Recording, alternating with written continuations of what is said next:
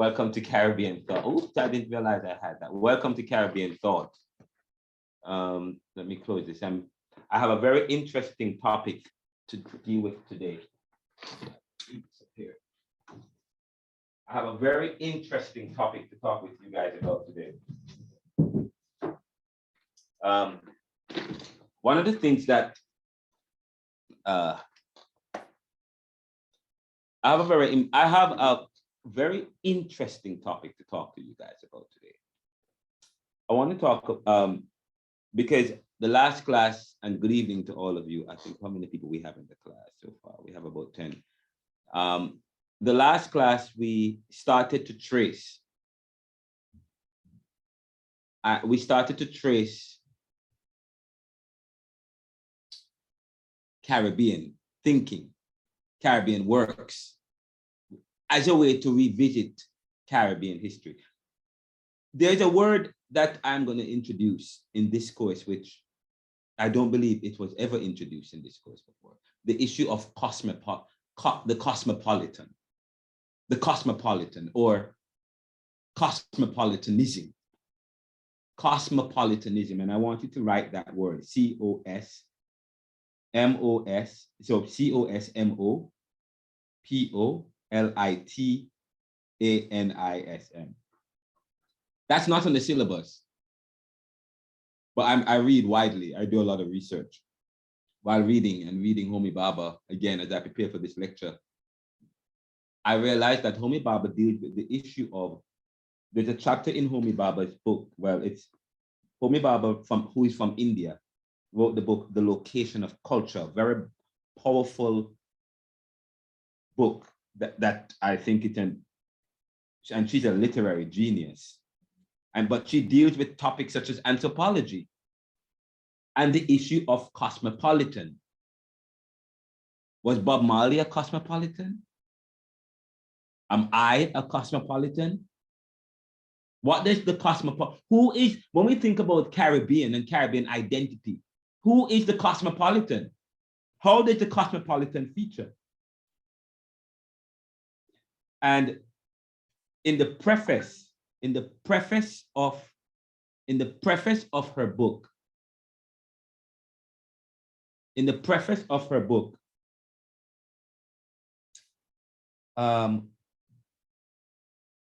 she writes, looking back, moving forward, notes on vernacular cosmopolitanism.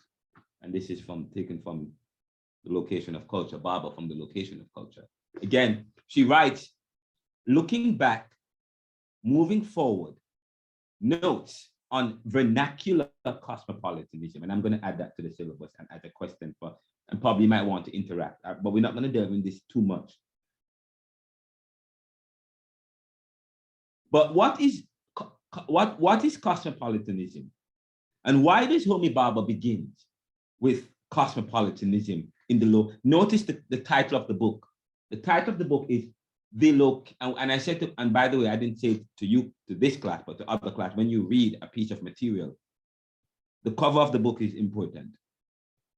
You don't judge a book by its cover, but the cover tells you a lot about the author and the thing you're going to come. It's the location of culture, but more so, why the location of culture? Where is culture, in other words? Where is culture? Where is the center?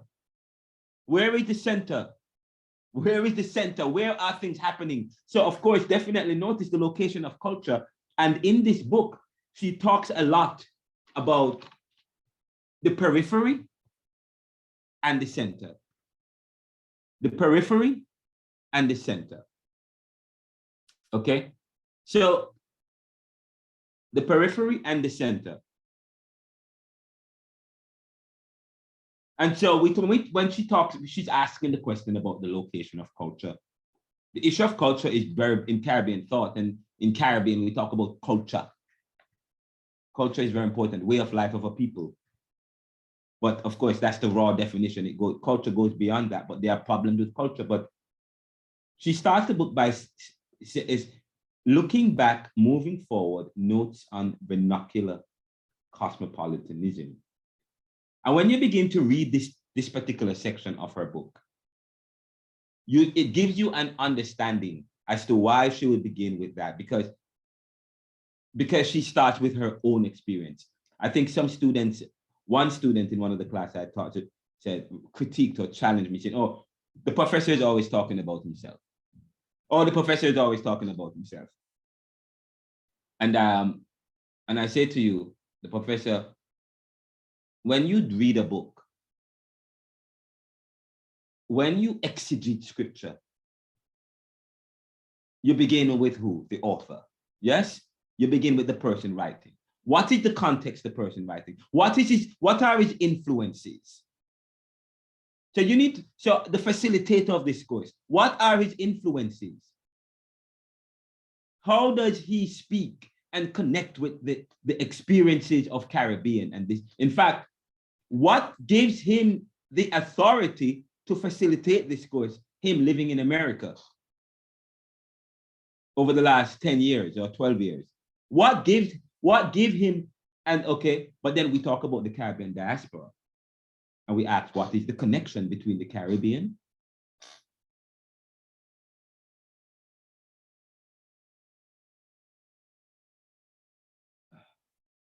What is the connection between the Caribbean? I'm going to turn off my notifications because they are constantly interfering while I'm teaching in the class. Get notifications and apps on the sidebar. No, enough is enough. There we go. So we talk about what is the connection of the people, the cosmopolitan. Where is culture? Homi Bhabha starts by saying, I was not one of Midnight's children. I was not one of Midnight's children. I wonder what you mean. Notice how she speaks in poetry. And she actually has a note. She noted, and the good thing about her, when she writes, you can go back to the notes. So it says note 2, and you can check, what does she mean by that? And then you can check what she means by that. That's the conclusion note. She has notes for days. Where is the note dissemination? Here we go.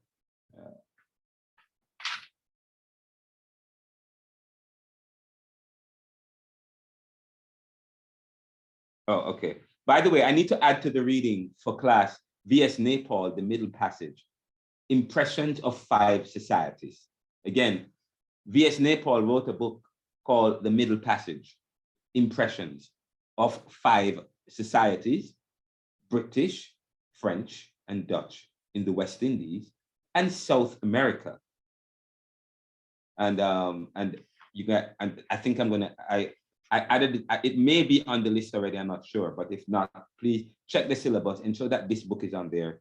V.S. Naipaul, The Middle Passage. The book is called The Middle Passage, Impressions of 5 Societies, British, French, and Dutch in the West Indies. We're not going to delve too much into this book. I'm just I just wanted to bring something to your attention. In July, when we start the last 4 weeks in the class, what I want to do is, or next week, I want to lift up some books written by Frantz Fanon, Homi Bhabha, so on and so forth. And we want to do a book review. We're going to do, so not this month, not this week or next week, but 2 weeks from now, Shanta remind me, we are part of the assignment is to do a book review. How do you do book review? But we talk about that, but I want you to do a book review. Some of you will do Homi Bhabha. Some of you will do Frantz Fanon. Some of you will do Nelson and Evelyn Keith, that talked about the social democratic origins of Jamaica. This book here. I don't know if it's on the syllabus, but there were professors at Temple University, and they wrote the book, The Social Origins of Democratic Socialism in Jamaica, their husband and wife. Very good, exceptional book. We will deal with them in the class later on. So you could do that. And there's another book that deals with structural adjustment, which is this, if you want to learn about structural adjustment, by Ramesh Ramsawan from Trinidad. So those books are quite important. And of course, that other book, Neoliberalism, Globalization, Income Inequality, Poverty, and I can never find my book when I need it. But we will get to it in a second. But she said, I was not one of Midnight's children.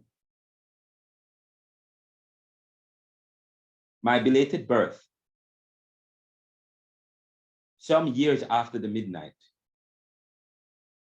hour, that marked India's tryst with freedom,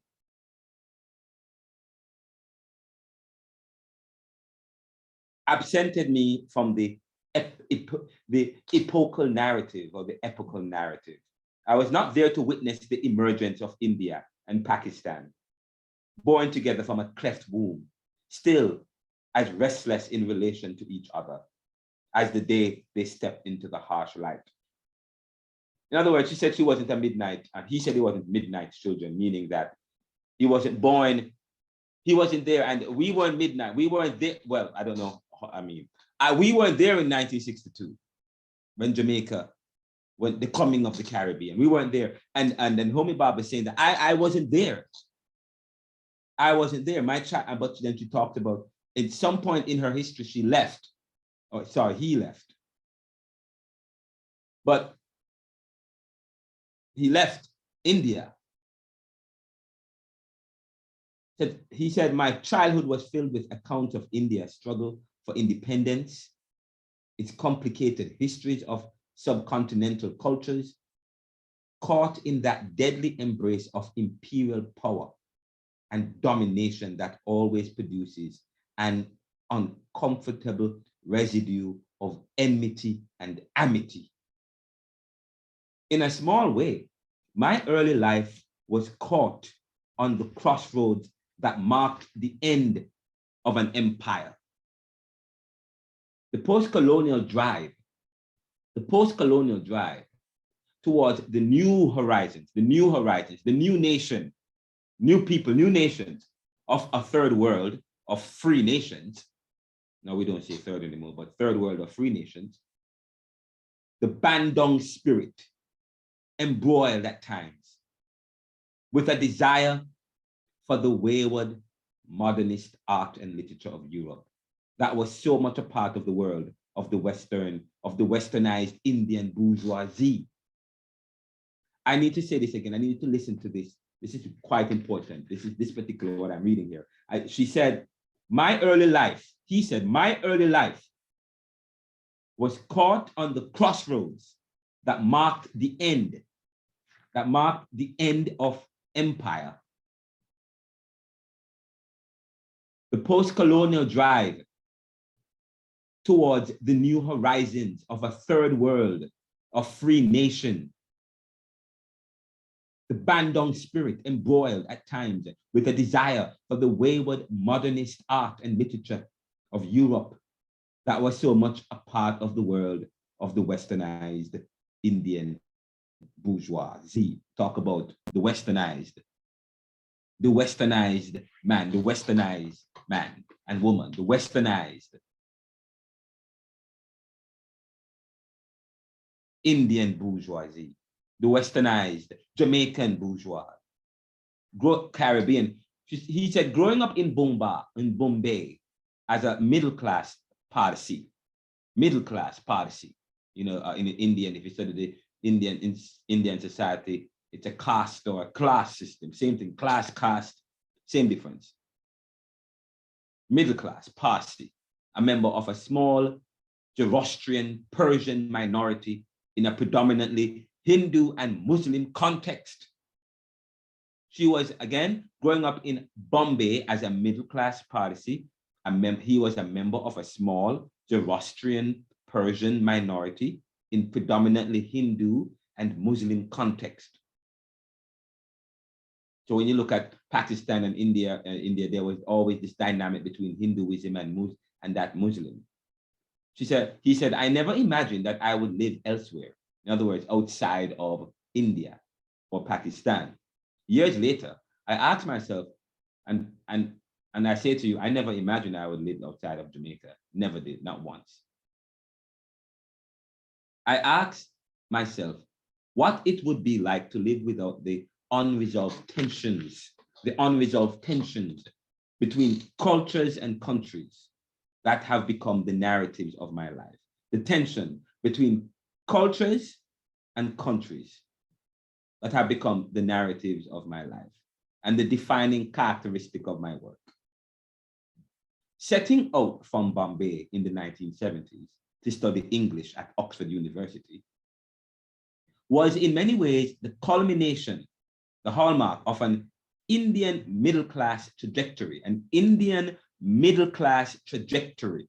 where formal education and high culture concluded in emulating the canons of elite English taste or what we knew of it, and conforming to its customs and comforts. My everyday life, however, provided quite a different inheritance. It was lived in that rich cultural mix of languages and lifestyle that most cosmopolitan Indian cities celebrate and perpetuate in their vernacular, vernacular is ordinary language. In their vernacular is what? The ordinary language of people. In their vernacular existence, the ordinary language, the language of commonality. Bombay, Hindustani, Parsi, Gujarati, Mongrel, Marathi, all held in a suspension of Welsh, missionary, accented English peppered with an Anglo-Indian patois that was sometimes cast aside for American slang, picked up from the movies or popular music. I'm going to read that again, and I want you guys to just close your eyes as you read it. And with, you know, I went to the dentist today to do some dental work. I'm not done, I have to go back. And while I was at the dentist, the dental assistant I think it was an Indian establishment, the persons that owned the dental clinic or the dental establishment, they seem to be of Indian ancestry. And I was having a conversation with my nurse, or whatever her name is, whatever. I was having a conversation with her, and she said, we were talking. I said, "You're from India? Oh, where are you from? You from India, Packet? Where are you from?" She said, "Yes, I'm from India." "How you know?" I said, "The accent." But she sound, when you travel and you expose yourself, I mean, you learn so much about different people and things. I said to her, you get to notice things, but and the experience and how Jamaican experience and Caribbean experience connects with that Indian experience too, because they were colonized by the Brits. And you talk about, they were doing a project on the Caribbean, they were trying to make all these countries British, all these countries with an English identity. Okay, but listen to what she said on page 10 of the preface. He said, setting out from Bombay in the 1970s to study English at Oxford was in many ways the culmination of an Indian middle-class trajectory where formal education and high culture concluded in emulating the canons of elite English. In other words, you know, when you go through Caribbean culture, when you go through the former colonial people or people of the Commonwealth or people who were formerly colonized. And by the way, she talked about the Bandung spirit. You know what the Bandung spirit is? If you guys, Bandung, there was a Bandung conference where countries where nationalists were all coming together. They used to have all the countries come together to promote nationalism and all of that. And there was going to be from the Bandung conference, there was a big spirit of unity and drive towards nationalism and all of that. Free nations, free third world people. So she talks about looking back, you know, I referenced that. So Bandung, when she said Bandung, B-A-N-D-U-N-G, Bandung spirit, she is speaking about an experience. And if we don't read widely about it, you will never know what Bandung is. I never knew what Bandung is until I went to University of Pennsylvania and started reading Homi Bhabha. So that's okay. Okay. And I'm a career student. I tell you that. A career academic. The Bandung spirit, and I was writing neoliberalism and doing studies about globalization and so on. And then I discovered the Bandung Conference and this Bandung spirit as part of Pan-Africanism, nationalism, so on and so forth. Okay, but she said, well, remember, in a way, the title of her book is The Location of Culture. In other words, where is culture? She's a post-colonial she's a post-colonial scholar, okay, who's coming from an experience from experience where her society was colonized by the Brits, yes, and okay, where people had a dream of a new world, a free third world. At the time, it was called third world. Now we are now using language that moves away from that. Okay, a free nations. That's the Bandung spirit. Okay, the Bandung spirit, the post-colonial drive towards what? The new horizons of a third world. Sorry, no, I remember we're not saying that anymore. Of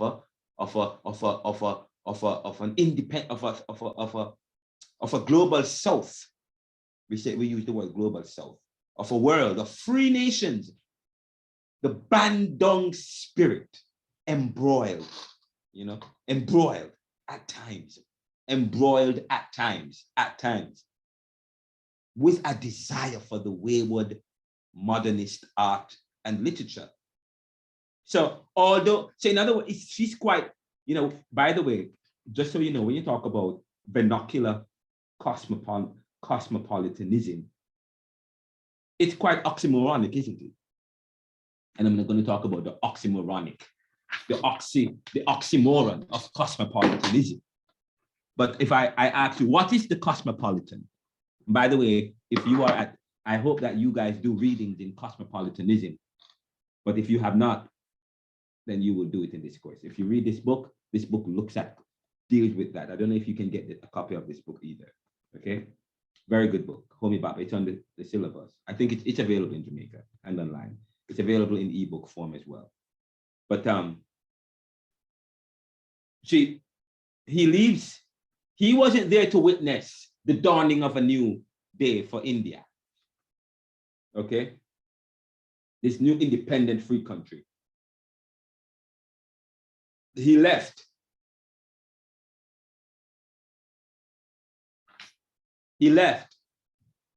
And he talked about how his studies culminated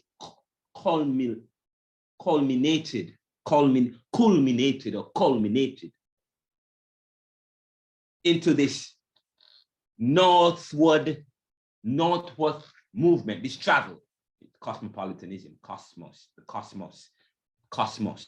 When you want to define, when you're reading a particular text, especially an English text, and the word, say for example, you see the word cosmopolitanism, that's a technical word within anthropology and post-colonialism, okay, and globalization as well, but cosmopolitanism. But if you are following the line of logic that we are on, I say to you guys that in this course, well, I won't go for it. If you follow the logic and the line of logic that we are on, then I remember I left, I went somewhere else just now. I say to you, the Caribbean is an invention of the 20th century. And a student in Caribbean theology said, no, we're not an invention. And I said, of course, Gervin talks about, and Meeks and et al. Talked about the Caribbean being the invention, the Caribbean being the coming into being in the 1960s, in the 1900s. That drive in the night that led to our independence, okay? The Caribbean as an invention, as nation states. So that's what he means when in the Caribbean Reader, when he talked about the Caribbean is an invention of the 20th century. Okay, but part of that invention has been a project that started in the 1600s. Okay, which culminated into the Caribbean and former colonized countries gaining independence, the ability to self-determine. Yes, the gain of universal suffrage and certain human rights.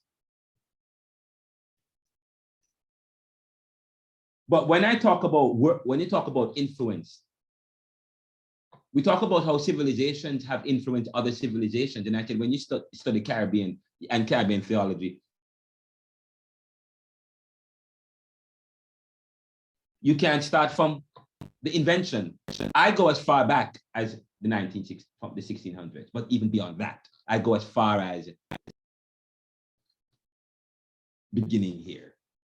When this is where I begin. But you know, when you begin here, the more you, as you know, at the doctoral studies, this is when I started doing this. Okay, I'm doing my doctorate now. And some of those things, and I'm doing the foundations of knowledge and the hegemony of faith. And everything that you learn and everything you experience, you bring to bear in your learning. Nothing hides itself from me. Everything is part of the learning experience. But what the point I'm making is cosmopolitanism. What do you hear when you hear cosmopolitanism? You hear cosmos. The cosmos, yes? The cosmos. Cosmos, the world. You see how you were dissect cosmos, okay? Cosmos, and then we talk about politics, politon, okay? Yes? The dynamics of that world. The person within that, the travel, the human, the individual. It involves travel. So of course you're going to talk about cosmopolitanism. In other words, okay, what is and we talk about the location of culture. And again, please remember, what is the connection between the cosmopolitan to his location of culture? Oh my God. What is the connection? That is important. What is my connection to Jamaica? I will be considered a cosmopolitan. But anyways, moving beyond that, this point is important. Listen to what Homi Bhabha says. Homi Bhabha talks about the fact that he said, setting out from Jamaica, Kingston, Jamaica, in 2002, and you know, I was reading a book about writing. I was writing. I helped to teach a writing course here in the US. I teach a writing course here in the US. I facilitate a writing course. And I was working with a group of individuals in terms of developing their writing,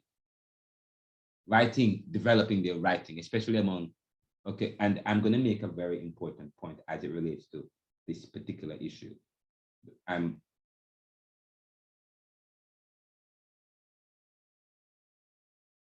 In terms of writing, well, it left me. But let's forget, I can't remember what the point it will come back to me. But anyways, Homi Bhabha said that setting from the 1970s to study English, she left. So I left Jamaica in 2009, started studying at Penn, University of Penn in 2010. I did not get into University of Penn, and I got into Temple University. One of my friends said, why don't you apply to UPenn? I'm like, please, UPenn, that's an Ivy League school. I would never get into that school. No, go ahead and apply. I applied. I was always a writer. I loved writing I don't know why. I was just always writing. I write for the Gleaner. I would always write. So I wrote an essay and applied. I got into UPenn. UPenn is an Ivy League, one of the 7 Ivy Leagues in the US, with Harvard, Columbia, Princeton. And that's not why I wear this shirt. I didn't even know I was going to talk about Penn today. But I'm going somewhere with this, because I'm talking about Homi Bhabha's, talking about the cosmopolitan. And it is important that we talk about the cosmopolitan, because I'm going to raise an issue. Somebody challenged me this week, about something that was happening in the world, in another part of the world, other than Haiti and in Jamaica, in the US.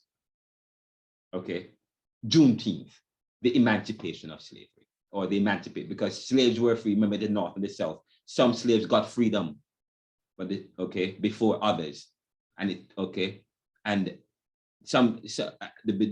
while in the North and the South, and while the other slaves, it took them some time for them to get the news, or to once the proclamation got to them, then so Juneteenth, which is June 19th, is a record, it's a celebration of the proclamation. They were already freed. Some were free, but not all. Not all. Okay, because of the Civil War and the dispute between the North and the South. Okay, the North wanted to keep their slaves.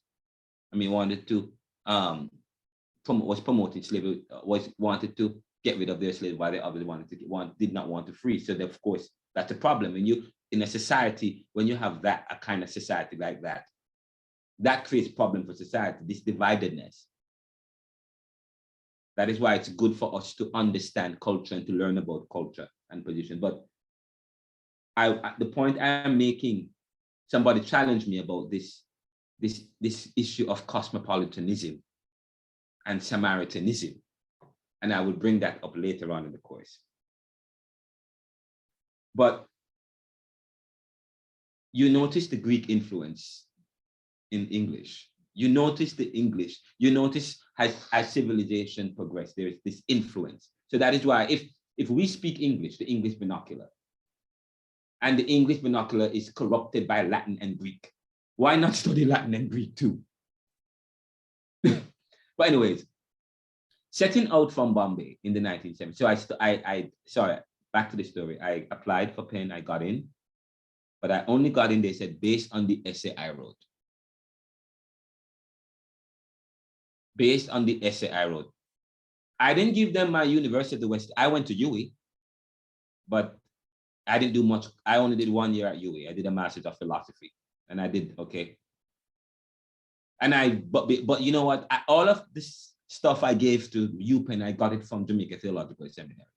Yes, my education, my transcripts and everything from Jamaica. That's where all my. I didn't do a GRE. I didn't do a SAT. All I did was to apply and write an essay.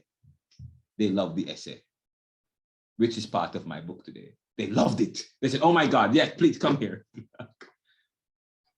But the point I want to talk about is how I'm not promoting myself.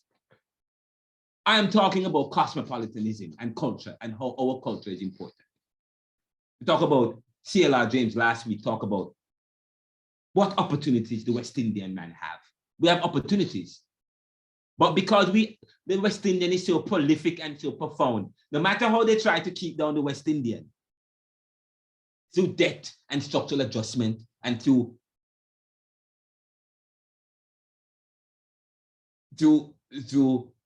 a discriminatory immigration policy, and whatever the case might be, the Caribbean man, the West Indian man, there's always this little but Talawanese. We talk about critical race theory and people like Dana Berry White talking about, and critical race theory is now re-looking at slavery, re-looking at the past, looking at the resistance, looking at the fight.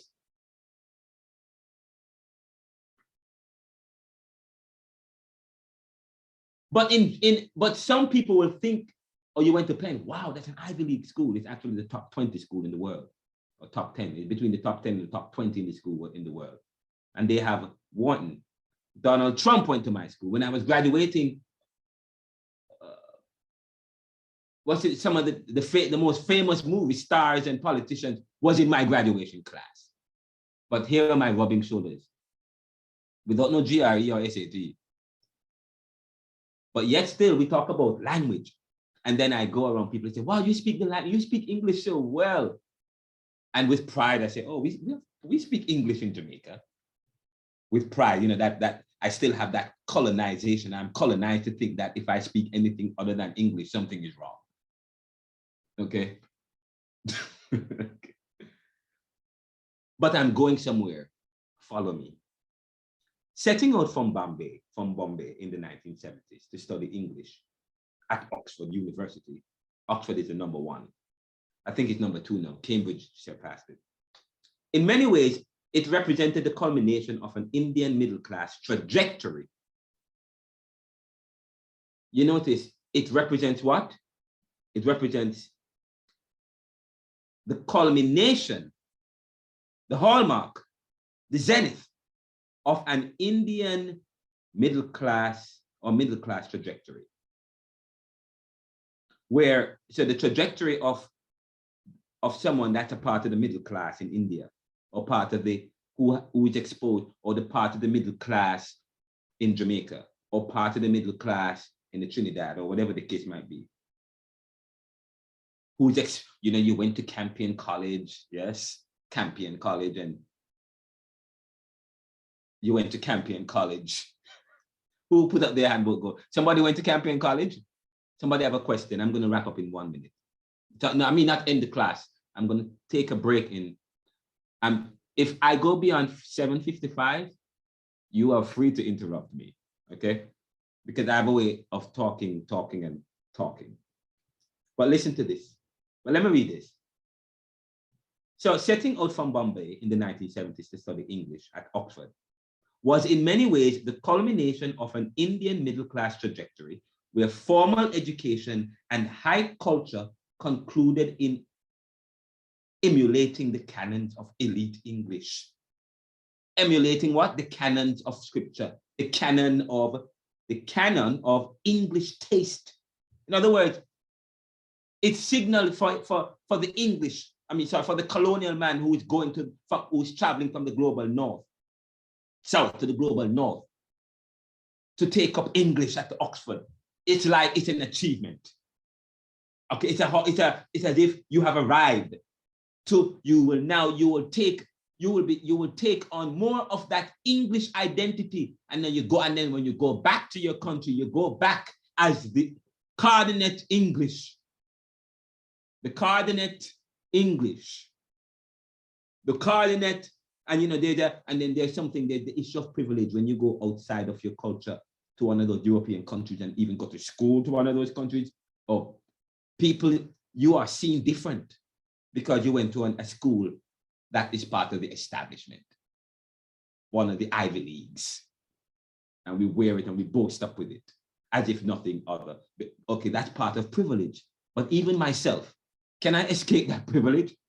The way in which we are. Yes, question from somebody.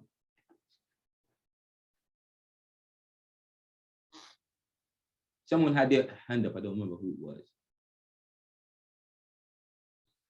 Who was it that had somebody had their hand up? People can't speak.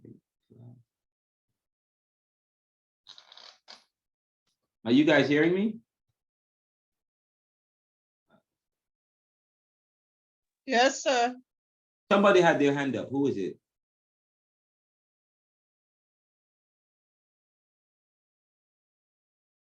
Okay, well, I only have 3 minutes left before the break, so let me hurry up. I'm going to wrap up here. She said that anyway, she went to, but you guys got the point I'm making. My everyday life, however, provided quite a different inheritance. So, here is it that he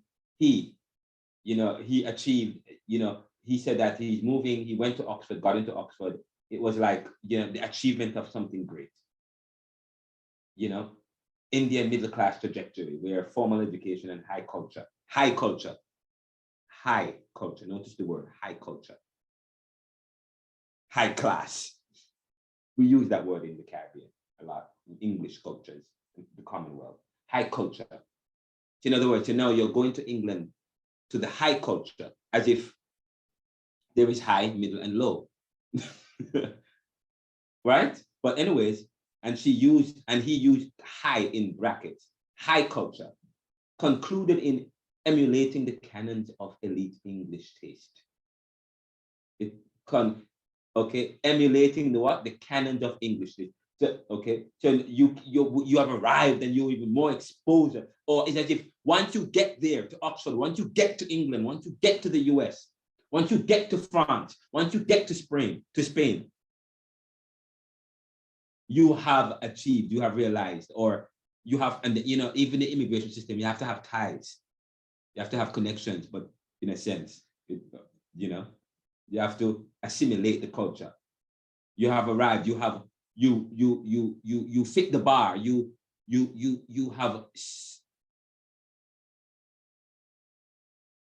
have been able to transform the people. The man from the global south has been able to transform himself in such a way, okay, in such a way that he has now reached the zenith, the ultimate. He has now reached where the mother country, the first world country, the post-industrial country, so to speak. My everyday life, however, but listen to what he said, and he talked about English taste. My everyday life, however, provided quite a different inheritance. It was lived in that rich cultural mix of languages and lifestyles that what was the culture of Homi Bhabha in England? He said that my everyday life, however, provided quite a different inheritance. It was lived in that rich cultural mix of languages and lifestyle that most cosmopolitan Indian cities celebrated and perpetuate in their vernacular existence. All held in a suspension of Welsh missionary accent, English peppered with an Anglo-Indian patois. How are you doing? How are you? That was sometimes cast aside for American slang picked from the movies or popular music. And some people force themselves to speak like that. And then when you come back when you go back to your location of culture, when you go back to your location of culture, Jamaica. So it seems you have a question. Yeah, go ahead. No, man, I'm saying it seems you have a question. Your hand is raised. Oh my God, I thought it was you guys. Okay.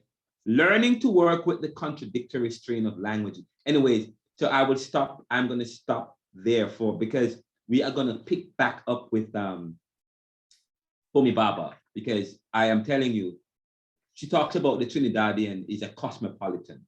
The Trinidadian is a cosmopolitan. He is a natural anarchist. The cosmopolitan. He is a natural anarchist.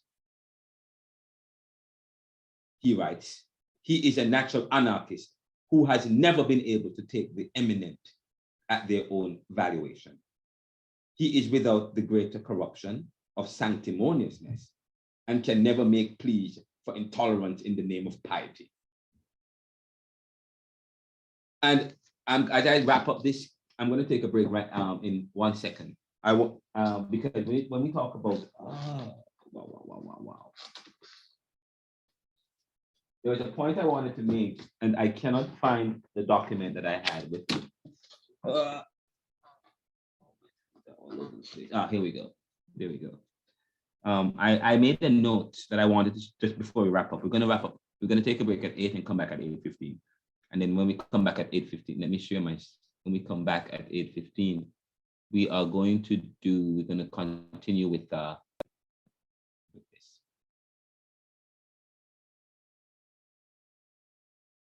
Okay. Let me just do, where do we do this? Where is the slideshow button? Slideshow. By the I don't think I had sent you guys this. Did I send you guys the outline? Probably, I'm not sure. Slideshow. Resume slideshow. Oops. No, this is not the slideshow. Whoa. Why? What is going on?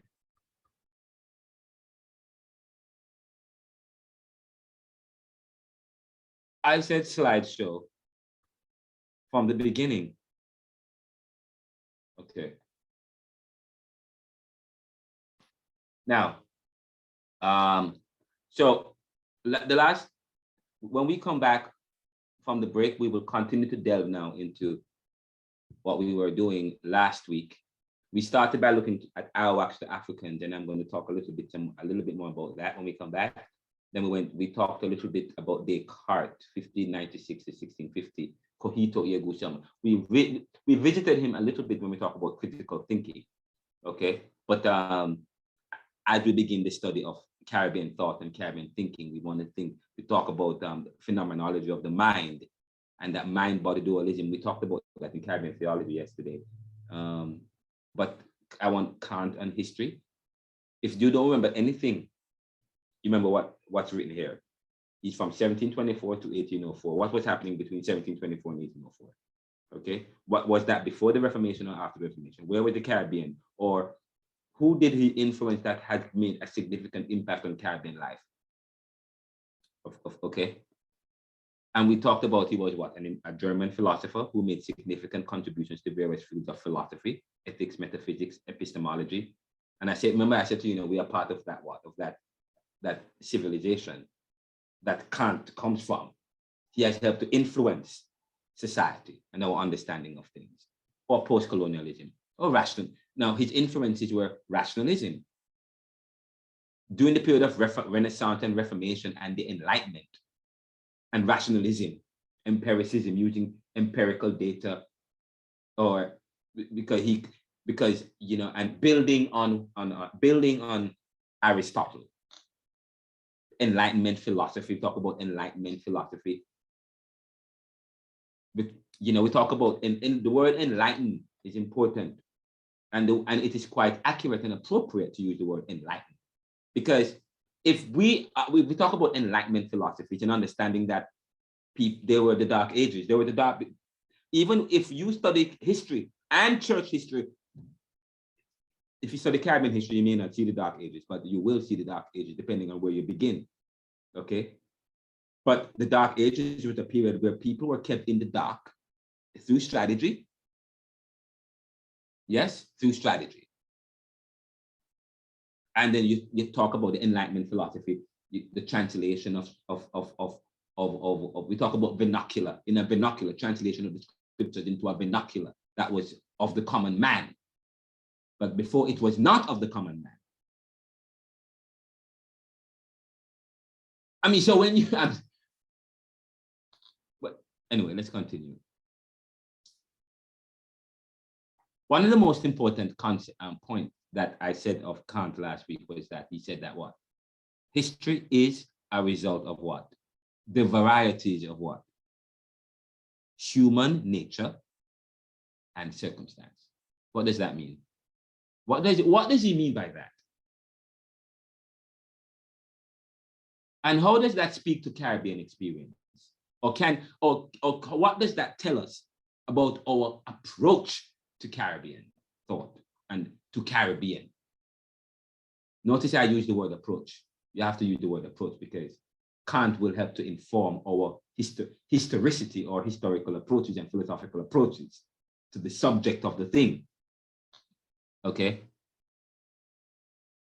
So he talked about the universal, the idea for a universal history with a, oh my God, here we go again, cosmopolitan purpose. We said that last week, and we're moving into having a discussion about this cosmopolitan.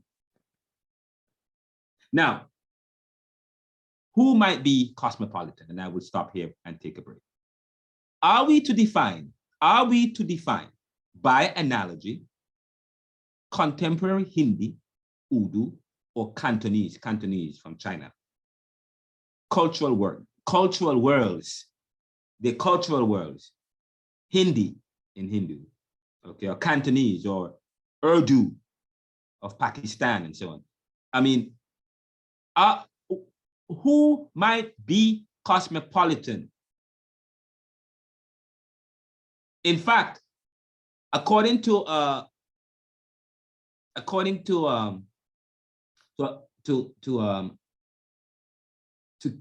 think what's her name again?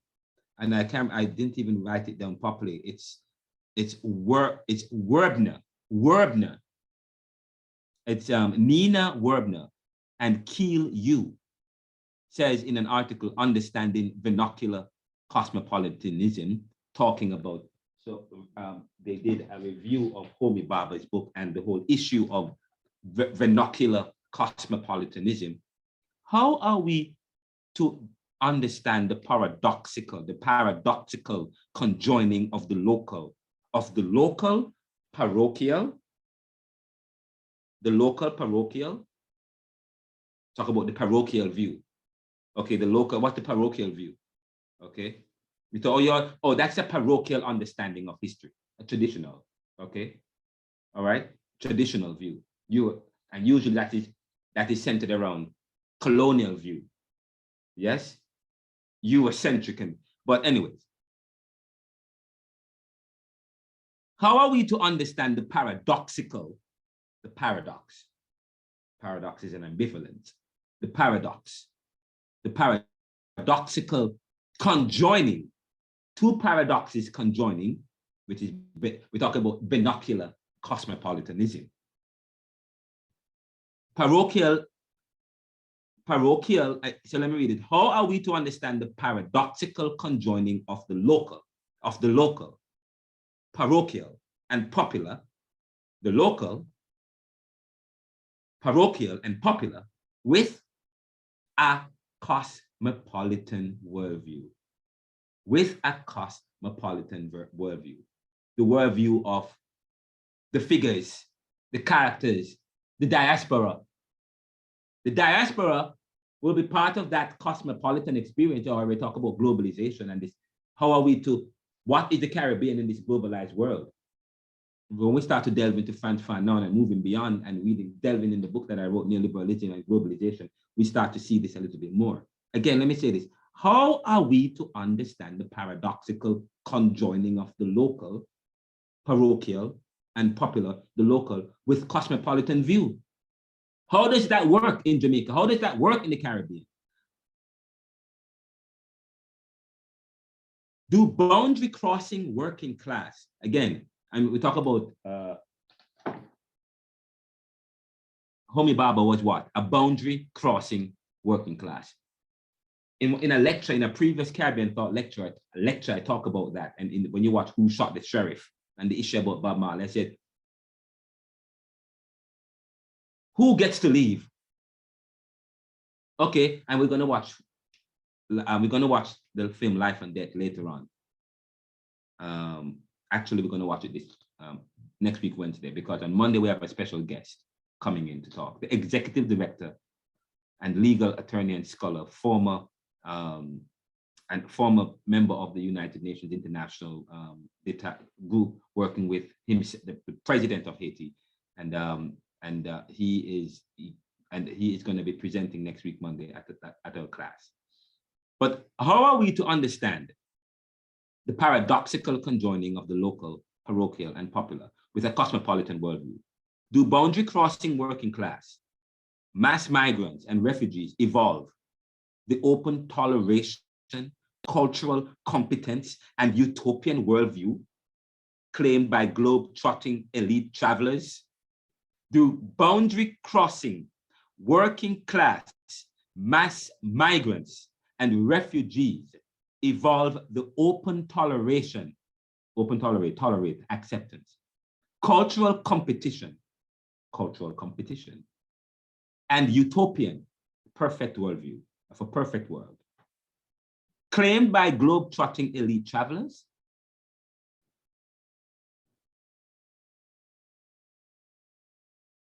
Do boundary crossing working class, mass migrants, and refugees evolve the open toleration? Conversely, can there be an enlightened cosmopolitanism that is not rooted in the final analysis in patriotic and culturally committed loyalties to a particular place? What I'm asking you and the whole issue, this is an important question for Caribbean and Caribbean identity and experience, because yes, and I talk about a general will and the problem of culture, the problem of nationalism, the problem of grouping. It is, in one sense, we want to self-determine. In one sense, we want our own nation. In one sense, that was the Bandung spirit. But in another sense, how are we to accept the cosmopolitan? How are we to accept the mass migrant traveler outside of his culture? How is he to be seen? Is he seen in one sense here, and how is he seen in his location of culture? Can there be an enlightened, talk about the Enlightenment. You see how this particular tracing Caribbean history and what we're talking about here, we talk about Kant and talk about the Enlightenment philosophy and the cosmopolitan purpose, the idea of a universal history with a purpose that is universal to the individual without negating the individual. As Kai Gagard says, what is the ultimate? What is the ultimate about it? Everything we don't know. A man said, well, once you label me, you negate me. Once you label me, you negate me. This speaks to the issue of label, in a sense. In the final analysis, in patriotic and cultural committed loyalties, what are my loyalties as against your loyalties? Are my loyalties derived? And derived from what? Or are they external to any derivation from the internal? But it is the experiences of Caribbean reality in many instances over the last couple of years that has led to the mass migration, where you have Caribbean cosmopolitans traveling all over the world looking for opportunity. People travel for opportunity. Can there be an enlightened cosmopolitan? As you travel, can there be? No, you can't. Look at Spice and what she had to go through. She is praised in some part of the US, but looked down upon in Jamaica. You know why? And I had a big debate with my family in, when was it? Was it last year? We were all gathered in Jersey Shore and they were talking about Spice and her decision to perform at a particular event. An event that, and many Jamaicans say she sold us out. That's what we're talking about, okay? Or you find that, I remember when my twin brother, I was 19, my twin brother left Jamaica when, my twin brother Ricardo left Jamaica. I have an identical twin. He left Jamaica when he was like about 18, 19. And he came back one time after a year, and then he came back 6 years after that. But when he came back, you know, it's as if we were looking, he was just so weird. He was drinking all this bottled water. Everything is bottled water. I'm like, oh, he's so Americanized. But then you go back to you go back to Louise Bennett Coverley, Coverley's genius, a literary genius that she is, when she said, not even a little twang. What, any of you guys know that poem when she talk about not even a little twang? What was that poem about?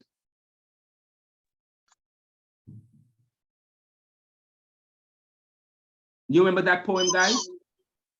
Yes, sir. The son went to, I think it was America, and he came back maybe about 2 months after, and his language was still the same or something. I don't remember how long he said the Louise Bennett poem. Yes, very powerful. Visit it, guys, because that speaks to the issue of cosmopolitanism. I love Louise Bennett. She has a way of using our language and how we talk, okay, to provide a profound intellectual basis for particular truth. But we think that we can be intellectual without speaking patois. Okay, I don't know. All right, so what are your loyalties to a particular place? All right, that's it. So therefore the question is, are we to define, so who might be the cosmopolitan? And how are we to place minority elites in new post-colonial nations, minority elites in new post-colonial nations who struggle to defend their local cultures and seek justice through multicultural citizenship? That's what I'm about today. That's what I do, multicultural citizenship, while being at the same time liberal, free, tolerant, open, and highly educated world travelers. Of course, I wrote a book, I went to pen. This is, and you know, when you, this is quite interesting. How are we to place minority elites in new post-colonial nations who struggle to defend their local cultures We defend our local cultures and then seek justice through multicultural citizenship, multicultural diversity, a diverse citizen. You're not citizen of just Jamaica. I'm a citizen of the world. Yes? While being at the same time liberal, tolerant, and highly educated world travelers. How can you bridge that gap? It's quite powerful, quite interesting. We will take a break here. We'll be back, and when we come back, we'll wrap up the class. We'll be back in we'll take a 10 minutes break. We'll be right back after these messages. We'll be right back after this.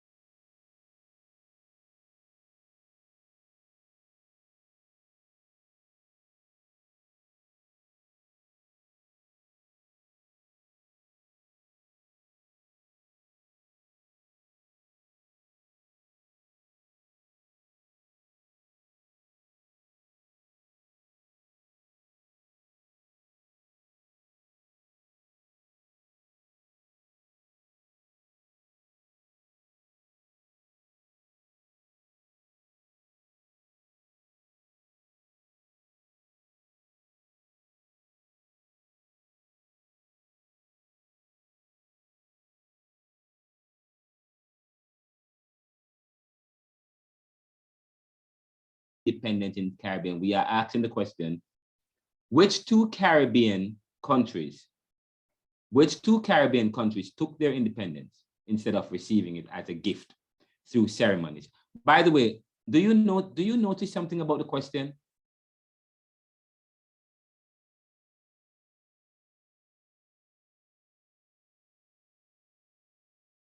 You notice the question?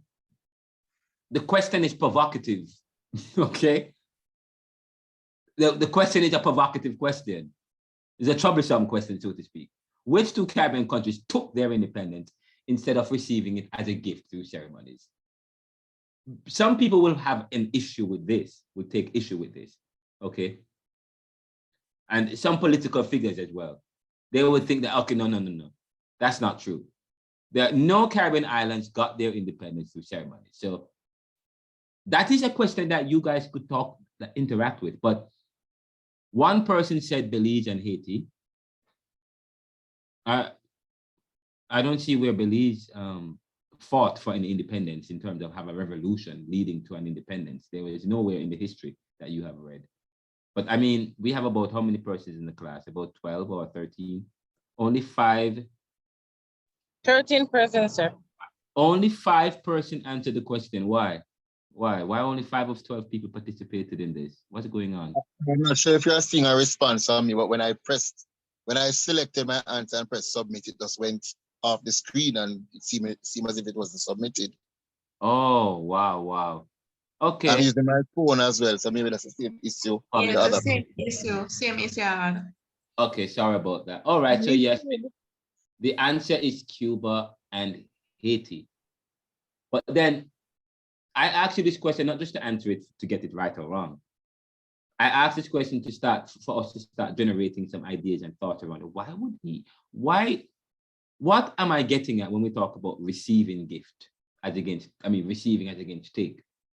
Because, of course, from the subaltern view, from the history from below, people who are part of the struggle, who have come out of that struggle, but we're still writing about the struggle because we're still seeing struggle in de facto and de facto factors. What is de facto factors and de jure factors? De facto factors are, de jure factors is systematic, de facto factors is not a part of the system. In other words, we talk about discriminatory tactics.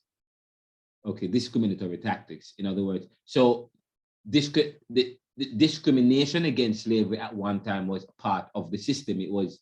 And the system was created in such a way to discriminate against it.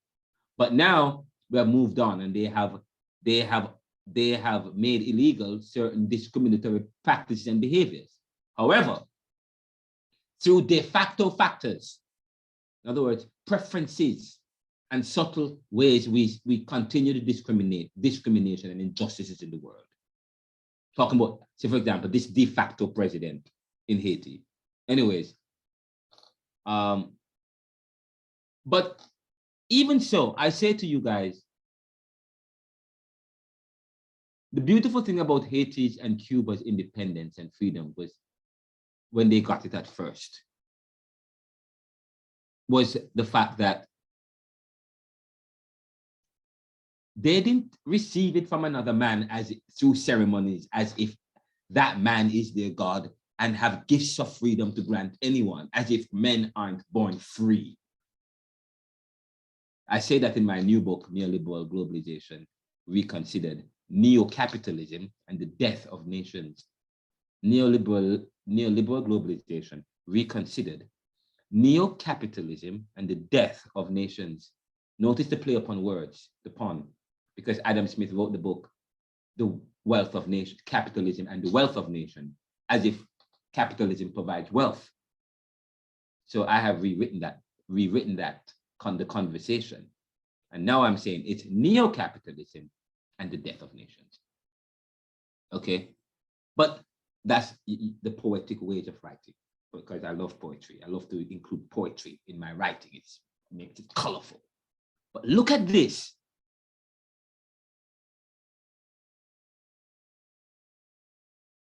It says, right, so I make the point that, and this is a powerful point, I'm going to end the poll now. Somebody said Belize. No, it's not Belize, okay? And let's go. I have another poll. When you look at the white, when you look at the black man, yes, when you look at the black man, the colonized, the former colonized man, and the way in which he secured his freedom. By the way, there's something about violence I have to talk about. I have to present a paper about violence with you guys, because somebody asked me in the previous Caribbean Thought class whether or not this behavior, there was something in the news about Usain Bolt and all of this theft and this white collar crime in Jamaica, and whether or not it stems from colonization. And of course, so I did a whole paper about colonization and violence, and whether or not they are connected. I will present it in this class if I have time. Hopefully I do. There's so much material that we want to get through. But I have said that when you look at, I made the point, and I guess I won't make it now, but I made the point, a powerful point about violence. And even when you look at Frantz Fanon and Homi Bhabha,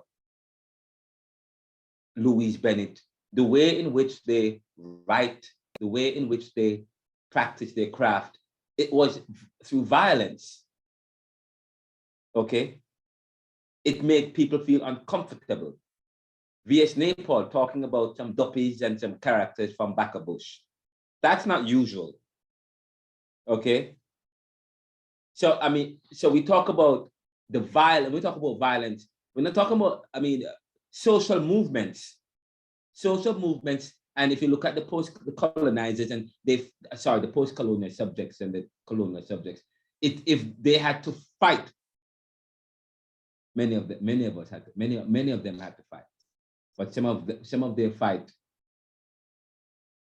devolved into privilege and to beautiful ceremonies. But I say to you, when you look at who can behave violently as against who can't,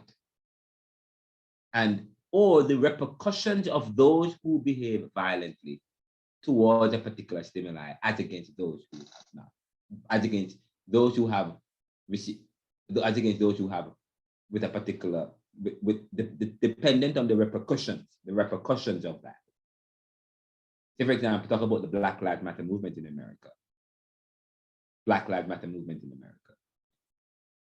And they were fighting because of police brutality. But why police brutality? Because, first of all, the discrimination in terms of policing. The police act brutally, is quick to meet with violence, to mete out violence and brutality to our Black brothers and sisters, but to another set of people, it's not the same. And even certain behaviors and actions are seen as violent and aggressive. Yes, certain Black behaviors, certain Black attitude, certain Black style. By the way, we're not talking about that. We're talking about ceremonies. Say, for example, Jamaica's independence was a beautiful ceremony. We received our freedom and we received our gifts of independence as if it's not our country. We live there and we have the right to self-determination. Our independence and our freedoms as human beings should not come from anywhere, should not come from another man. Because all men are inherently free. So I question our independence. Yes, I do. I question the independence and the type of independence and the spirit of the independence and how we got the independence as against how Cuba and Haiti got independence. The beautiful ceremonies, but please remember that also some nationalists, they wanted an independence where they can become part of the elites now. Now we don't have to rely on the European elites. Now we have our own elites. but we continue with the system of elitism. There's one other thing I want you guys to do for me before we, there's one other poll that we have. So this poll has ended, so I'm going to stop sharing that. Now I'm going to launch another one. Actually, did you guys do a poll that asked, okay, did you guys answer this question before in this class? Have we misunderstood our history as Jamaicans or Caribbean peoples of African descent? Did you guys answer that question before? Yes. sir. Did you guys did that in a poll? Yes, sir, we did. Oh, and then the second one was, has our heritage been misclassified? Did you guys do that as well? Yes, sir. And then the third one is, what is the Caribbean? Oh no, you guys didn't do that one yet. Oh, single choice. What is the Caribbean? Oh, I started out of many. Okay, yeah, you guys did that. Okay, so you did. Okay, great. So Now, how many polls have gone already, sir? Sorry? How many polls have gone already? They did 1, 2, 3, 4. This is the 5th one. I don't remember. And I'm about to launch it. I'm about to launch it. There we go. Okay, I'm gonna do this one. It says, is it true that Juneteenth has nothing to do with Jamaica or Haiti? Yes or no? Break out in your groups. Actually, break out in your groups. This is a group submission, sir. Yeah, I want this to be a group submission. Is it true that Juneteenth has nothing to do with Jamaica or Haiti? Is it true? And break out in your group and have a discussion about this. Now, the thing is, so this particular session is important. I'm going to give you up So until which group am I? Which group am I wait, in, sir? listen, up until 9 o'clock. So I think there's a Sir, way that I create can. some breakout rooms, please. Sorry, create some breakout rooms. All right, I'm going to do Because I'm that. going to it. All right, let me go back to the Cosmopolitan. See if I can edit it. They won't allow me. How do I do the breakout rooms again? I haven't done breakout rooms in such a long time. Give me a second, guys. I'm doing a breakout room for you guys. All right. How do I do this? Ken. Susie, mute. Oh, dear, sorry. Now I'm going to create 3 groups. You guys get the chance to choose it. It says let participants choose room. All right, create. And then open all rooms options. Let me see their option. Allow participants to choose room, allow participants to return to the main session. Automatically move all assigned participants into breakout rooms. Automatically move all selected participant breakout rooms to main meeting. Breakout rooms close after 10 minutes. Okay, what time is it now? It's 8:44. All right. Breakout rooms close after, I'm going to say 15 minutes. Notify me when time is up, blah, blah, blah, blah. Countdown 120 seconds. Let's up that. Oh, that's the highest. Okay. All right. So now I can.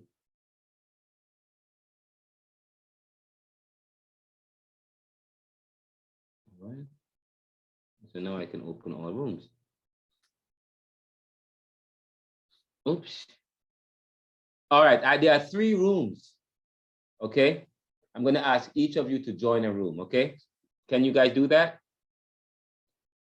Yes, sir. So join a room, and can you guys still see the poll question? I mean, sorry, the question that I'm asking you guys about cosmopolitanism. Can I? Oh no, it's still launched. All right, there we go. So there are 3 breakout rooms. Oh wow, you guys, okay, unassigned.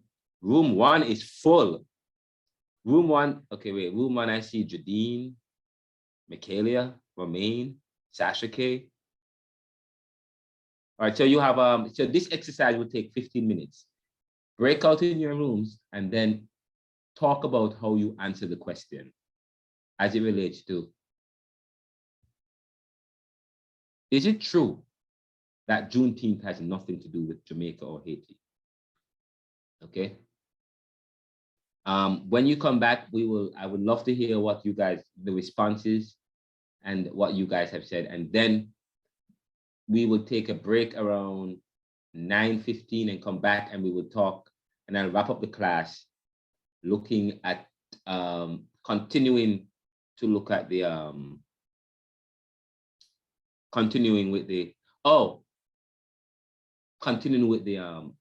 looking at the tracing Caribbean currents and works, starting from Arawak to Africa, and we will do that, and then when we are finished, that's the class. Okay.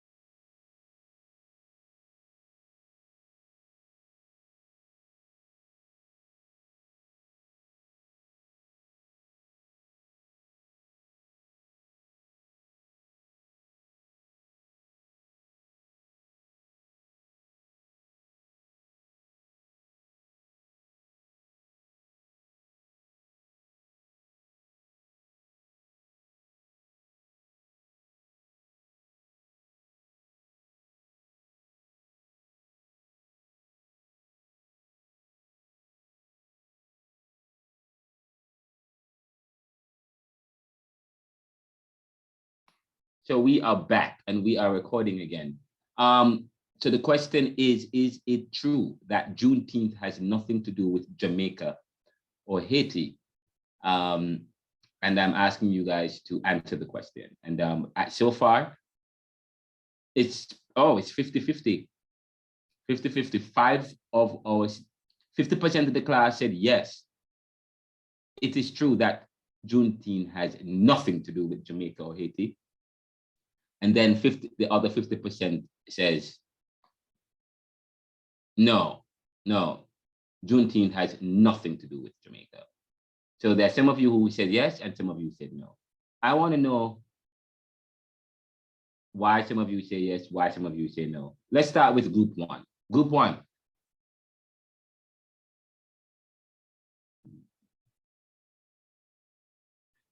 Oh, so group two is Dane, Susie, Jacinth, and Keon. All right, fine. I'm not hearing any. Who is in group one?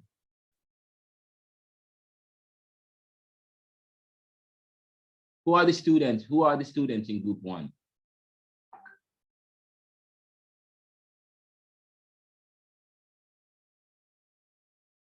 Who are the students in group one? Can you guys hear me?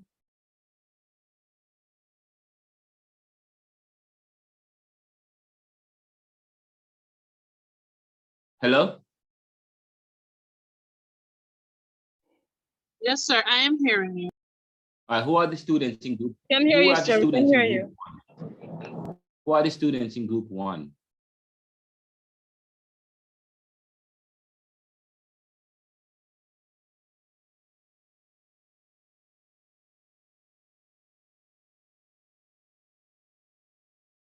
So group two has Dane, Susie, Jacinth, and Keon.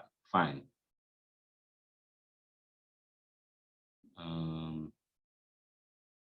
We don't have any people in group one? Okay, fine, group two.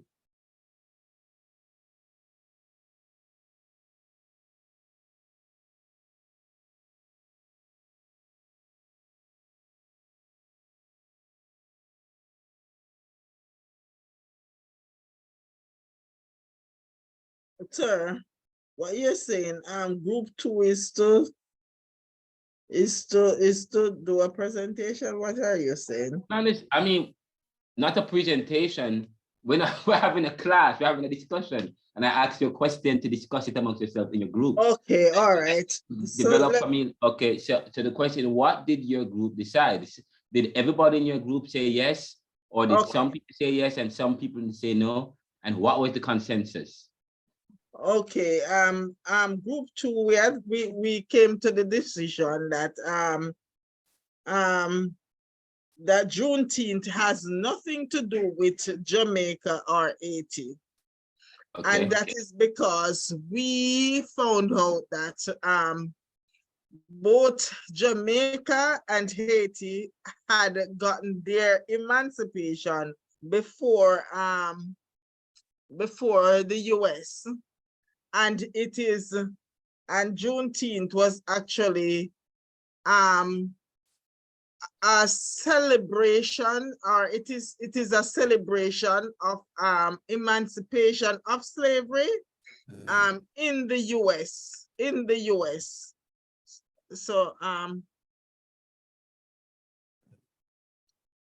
yes, that's sir. Okay. Anybody else?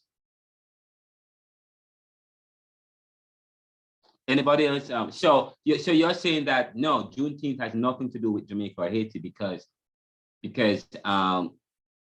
Juneteenth represents the emancipation or the emancipation of all slaves in the US. And that was after Jamaica and Haiti's independence. So Juneteenth has nothing to do with emancipation. Sorry? Not independence, emancipation. Sorry, there. Okay, emancipation. All right. Interesting. And okay, anybody else from another group? Group three. Yes, sir. For me, I said no. Okay. Why?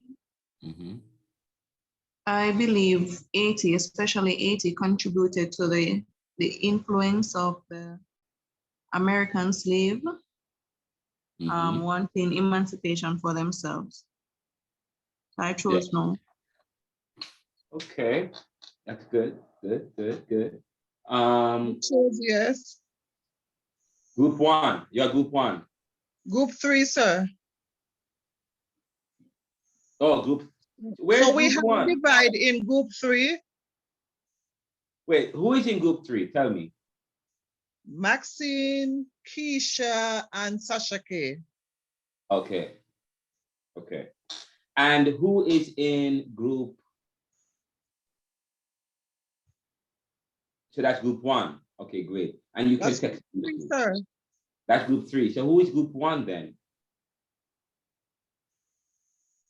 Sir, I think it's the duppy that you were referring to earlier in group 1. Only one person in group 1? But when I look at earlier, there were like 6 people in group 1. No, sir, the duppy that you mentioned earlier, those are the members. Louis Bennett, yeah, but nobody's responding. Why nobody in group 1 wants to respond? What's going on? So we know Susie is in a group. Sashana is in a group. Yes? Sashana? Oh, sir, somebody said in the chat that they didn't have any discussions. Okay, but fine. I still want to hear your opinion on the matter. Well, how did you respond? Who are the, how did you respond?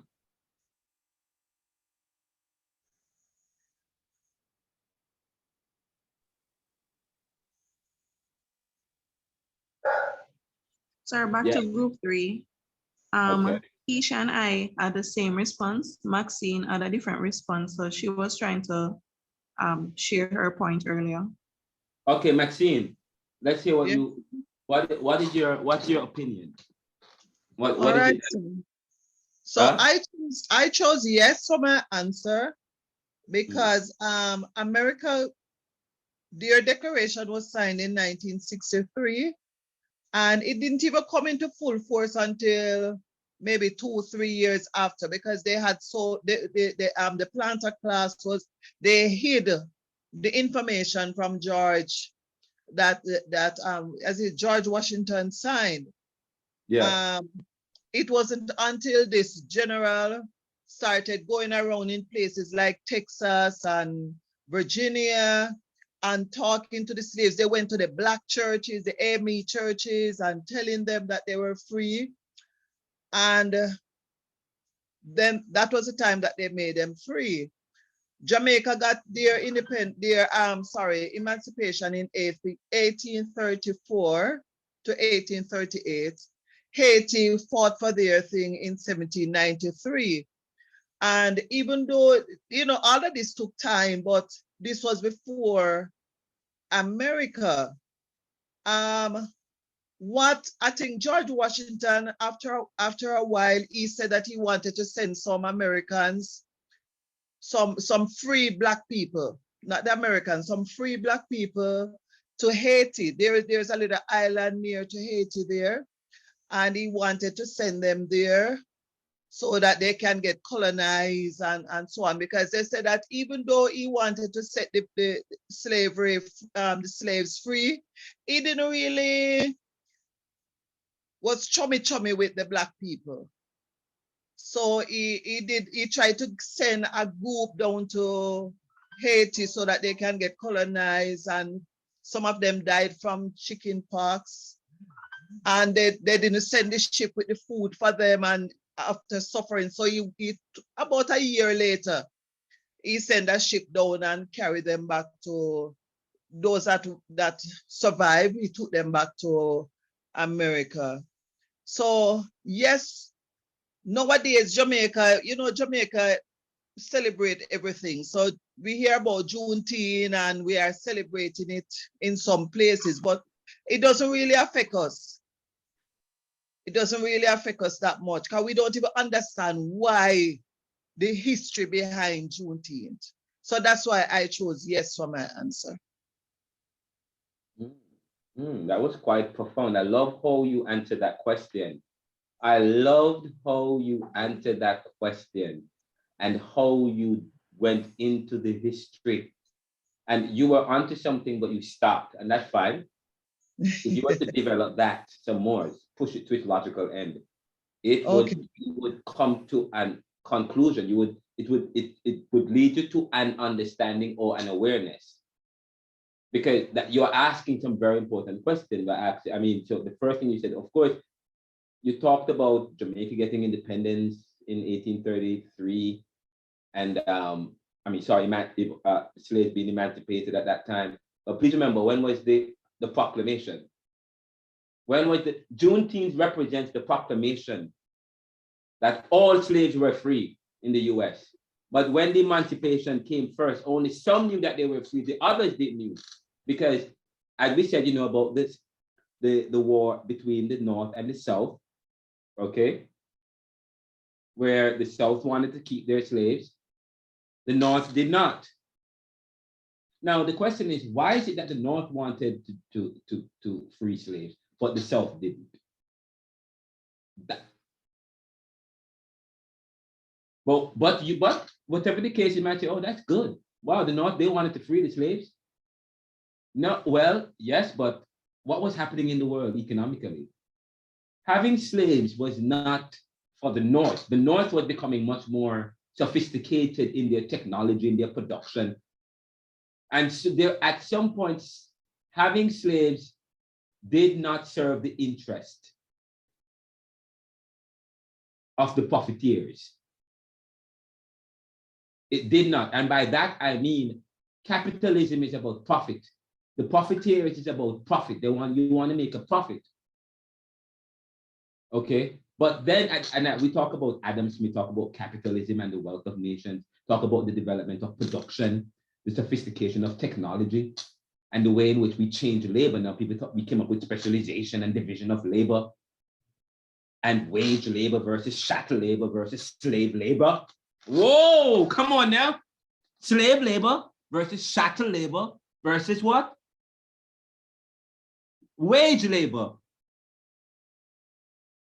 And so while the North was equipped and ready and put everything in place, for the South was not ready. They were still, the kind of society was much more agricultural that depend heavily on slave labor still, in order to guarantee the kind of mass production and to guarantee the kind of profit they're hoping for. While in the North, they were moving beyond slave labor to a kind of labor that was still oppressive. But this time, slave owners don't have to look after the slaves' needs. It is becoming expensive to have slaves at this time. It is becoming expensive. So leading up to Juneteenth, and by the way, thank you for giving us those amazing dates. Okay, thank you. That was really good. And the only thing you need now is say, well, you say according to so and so and so forth, or this person said whatever, but that you do that in your papers. That's fine. But that was powerful. That was great. But the point I'm here making is that when you look, we're having a conversation about labor, but we won't be like this. You know how horses are controlled, how animals are controlled. We will take the filters from our eyes and ask deep questions. So when you start to think about, well, it was prudent economically to not have slaves at the time, and the North was ready to move on to another kind of slavery. And sorry, another kind of labor. Another kind of labor. Yes? While in the South, they weren't ready. But whatever the case might be, I'm going to answer this question in a very profound way. I'm going to answer the question in a very, very profound way, and I'm going to share my screen with you, and I'm going to tell you my position. You guys aren't right or wrong, but Jamaica got independent in 1833, and many of the Commonwealth, but it wasn't until 1865, that we heard that the slaves became aware that they were free. So they were free, but they were working as if they were not free. The same thing, the slaves in the South, or the other slaves, because other slaves were free, but it's not free until everybody's free. So that is why they wait until Juneteenth. They could have celebrated emancipation before that, but because all of their brothers and sisters weren't free, they said, no, we're not celebrating slavery before the time when all Americans got slaves, only the North. No, we want to celebrate it when everybody were proclaimed free. When everyone was proclaimed free. And we talk about the Americas and the Americas and how active and dynamic the Americas was in terms of slaves traveling from Jamaica to, some people were, oh, Jamaica is free. So some runaway slaves found their way in the Caribbean, in Jamaica. And then some slaves that left Jamaica and came to the Caribbean, they were either enslaved or were living in the mountains with the American Indians. When you study the archives. But the experience is similar. I said to you, what did C.L.R. James said, if you guys read C.L.R. James? C.L.R. James said of Fidel Castro and West Indian. Fidel Castro is not black. The Cubans aren't black. But the revolution is West Indian. We are fighting the same fight against the same thing for the same thing. That is, okay? So, so we can relate to that because in Jamaica we got independence, but we weren't proclaimed free until 1865. Till 1865. Same thing in Juneteenth. Juneteenth speaks to the emancipation of slaves. People like us, black people, colonized, black people, urban people, people who weren't Anglo-Saxon or people who weren't considered white. If you weren't white, then you were subject to another race. You were treated as property. You were treated as animal with no rights, no universal suffrage. But they say, and throughout the American, and just so you know, when you think about the triangular trade and the evolution of the triangular trade. From Europe, the Europeans went from Europe, the discoverers or the Christianizers or the missionaries. But they weren't really missionaries. They said they were going to Christianize. Christopher Columbus was a missionary. He was a Christian missionary promoting the gospel of the religion of Europe. He was going to Christianize the world. He was going to bring religion to a world where according to the European, if you are not worshiping our God, then you don't have a religion. So when they are going, so as missionaries, with the ulterior motive of making money by finding gold, but they said they were going to spread the gospel. But also, why they said that they were going to spread the gospel? Because that was part of the way of them getting the money. Okay, the money from the crown and the money from the church. Christopher Columbus got money from the crown and he got money from the church. Okay, but when you're trying to get money to do an expedition, you have to disclose why. And he would not have probably got the kind of support he got if he did not say from the church. He got money from the church, and guess what? A member of the church was with the discoverers, especially when you get money from the church. So he got money from the church and from the crown. Okay, he was going to Christianize the world, the Americas. And he was also going and Christianize that in terms of representing the church. And he was also going to find gold because he represents also the merchants, the nobles, the dominant class of the day, the monarchs. So they went from and treated the other people with ethnocentrism as if, oh, God could not have interacted with those people. They're primitive, they're backward, they don't have language, they're not sophisticated, they're not dignified. That's the assumption, the assumptions. When people want to control, they redefine the other. And that's what happened in terms of the European exploration. They redefine the other as hate with all kind of names, heathen. The heathens. Heathens are those people who are not. They don't talk to the Europeans, weren't, even if you did not come under, even if you weren't baptized a Christian, you're not really treated as a heathen. Heathen was a word that reserved for the primitive, the slave, the African, the American Indian. But they went from Europe with guns. By the time we get to the slave trade in 1655, they went beyond 1655 in the 1660s, 70s, and of course the Dutch and Portuguese, they were doing some kind of small exploration in terms of slavery. But when the triangular trade started, they went from Europe to Africa, brought guns. They brought guns. And they traded with, and by the way, I say to you, when you think about Africans, don't think about Africans in terms of tribes. They were a country. Don't think of them in terms of tribes, tribal. They were a country with laws and rules. Yes? With laws and rules and dignity and the system.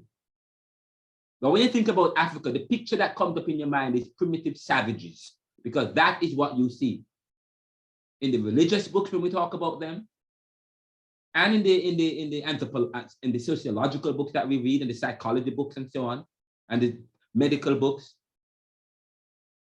Even when they talk about diseases and stuff, even to today, Black people are more predisposed, and they make it so in terms of the experience of Blackness in the Caribbean and the world. Because we talk about the Black position. In the new book I'm writing, I talk about, there's a chapter in that new book I'm writing that talks about the Black position. What is the Black position? What am I talking about? I'm not going to give it away. Okay. The Black position. Wherever you are in the world, what's the Black position? How can we not be connected with Haitians and Jamaicans, the Americans?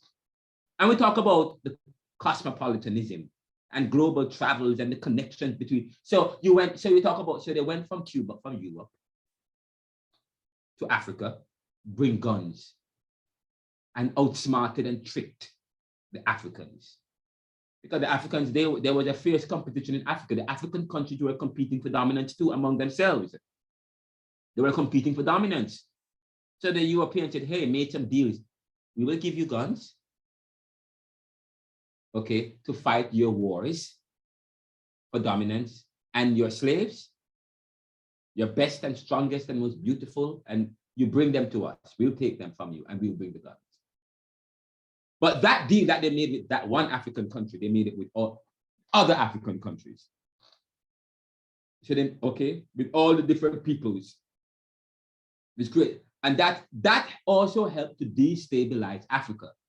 Okay, it had the destabilization of Africa as well, because that was how they were able to dominate Africa. And in the 1600s, and Britain the Brits had colonized Egypt as well, because if you read Cromer in Balfour, the parliamentarian, giving an address to Parliament about Egypt in the 1600s, speaking so in such an ethnocentric way, using his own value judgment to make a determination about the Egyptians. So anyway, they went to Africa and they traded. Okay, and they took slaves on the ship, and they went from Africa to the Americas. And within them, the Americas, Jamaica, and all along the coast of the Americas and the Caribbean, some of the slaves they were placing slaves up and down the Americas. Yeah, some went. So when we talk about, okay, so there is so this region is part, and I said to you, it's part of that new world. It's part of that experience, the dynamic that has led to the new world. The Caribbean is part of that. The US is part of that. And by that, the world had existed, but we're talking about the Western civilization. We talk about Westerner, the Westerner. The Jamaican wasn't seen as the Westerner. The American was, the Westerner was the European, they were the Westerner. But Western culture has penetrated and taken a hold of all of the Americas. And the only reason why the black slaves, why all the black slaves weren't freed in America at the same time, or at the time when the Caribbean, Haitians or Jamaicans, because of the slave master and the slave owner and the colonial power. Who is the slave master in America, in the US? But of course, they got independence from the Brits. They got independence from Britain. So the control changed hands. And one of the reasons why the US got independence from Britain was because they wanted to be able to control their own wealth. It's for monetary reasons. But if you read other histories of the US and what happened, of course you will be taught something else. You will learn that they wanted their own. Well, of course, you will talk. They wanted to. It was some. They were having some. There was issue with the crown in terms of paying taxes. The minute they were opposed to sending money all the way back to Britain. We're talking about the locals, the Americans who are from Britain. These very same people, the plantocracy, they are all from Europe, from England, or from Britain. Okay. And they were part of that whole slave system. But of course, we talk about the slave owner. The slave owner is different, but the slave is not. The slave is still the slave. Part of that experience, mixed up with the native and with those from Africa. So in a sense, there is still this brotherhood, the experience of slavery, the experience of the triangular trade, the experience of the Americas. That's all. So I responded to, I'm going to share my screen. What time is it? 9:32. Good. I'm going to share my screen because I want to raise an issue with you guys. Go back up to here as I wrap up. Share screen.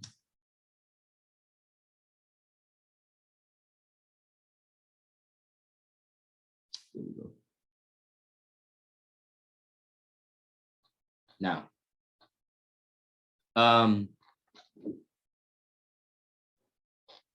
question, is it true that Juneteenth has nothing to do with Haiti or Jamaica? I tweeted this and I also wrote it in an article. The truth depends.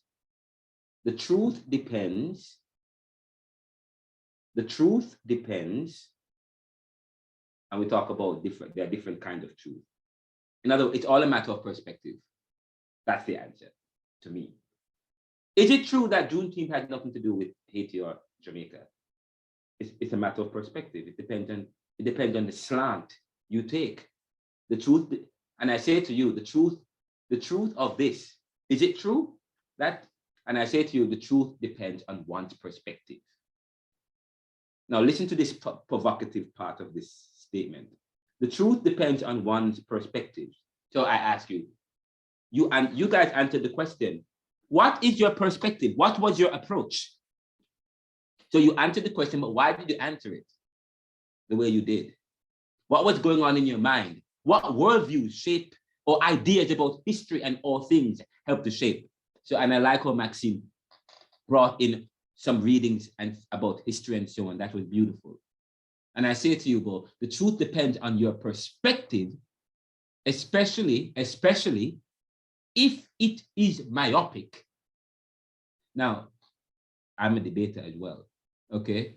So I am, and I studied apologetics and I teach apologetics, which is, apologetics is the use of logic to defend the faith.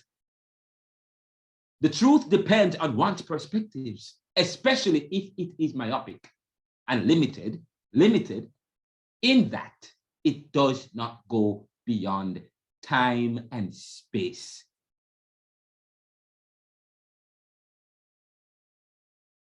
But, I'm going to say that again.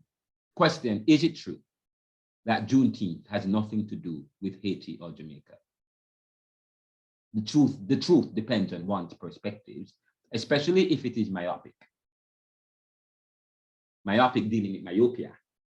Do you have myopia? I mean, myopia has to do with your eyesight, how far you can see or how close. Okay. Myopic, if it's myopic, is the same thing as saying limited, in that it does not go beyond time and space. It does not go beyond, again, the law of thermodynamics. It does not go beyond what, again? Time, history, and space. Geography. Oh! I said, the truth of that answer and how you answer it depends on what? Your perspective, especially if it is myopic and limited in that it does not go beyond what? Time, history, a period in history. Yes, we're talking about Juneteenth, as against Maxine referred to it earlier. One was before, we were before, in terms of America's emancipation. But we talk about it doesn't go beyond time. So if it doesn't, okay, and space, geography. If we are only limited within our own milieu, then we won't see it.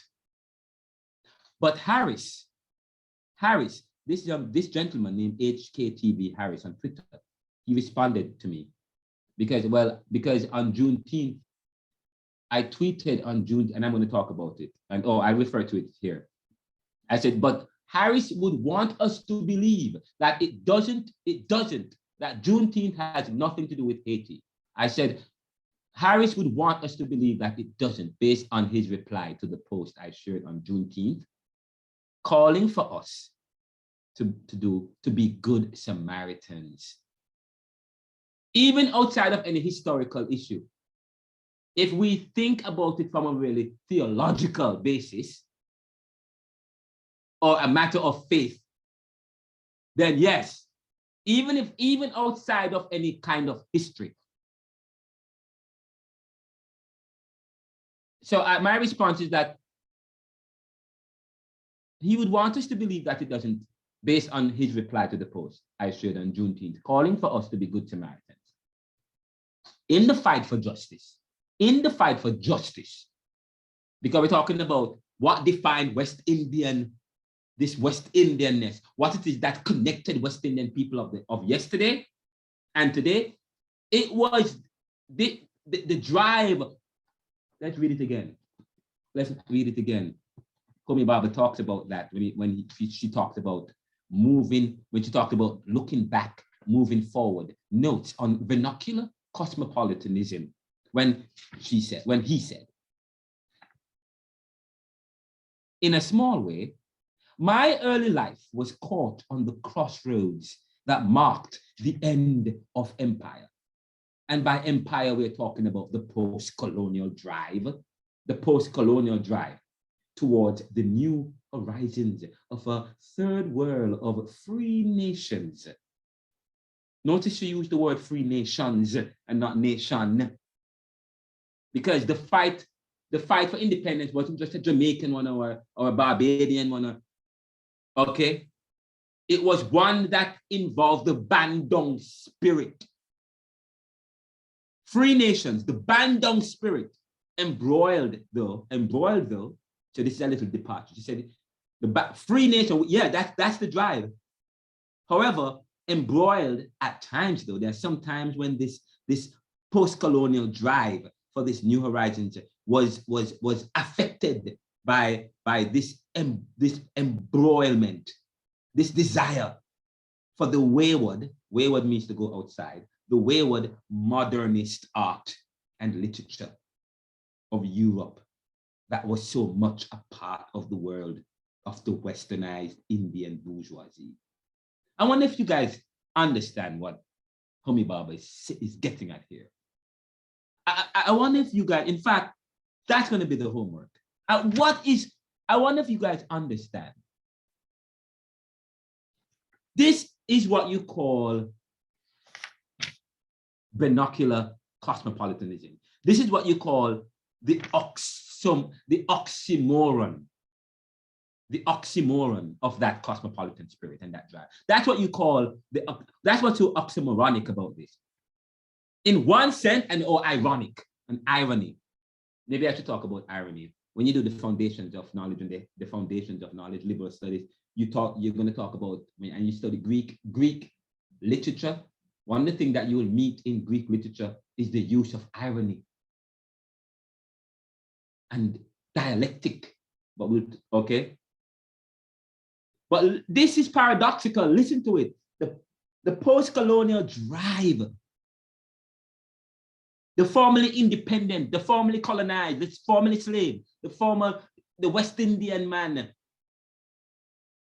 the natives, and so the former colonized, they had this post-colonial drive towards the new horizons of a free nation, of a global south, of free nations.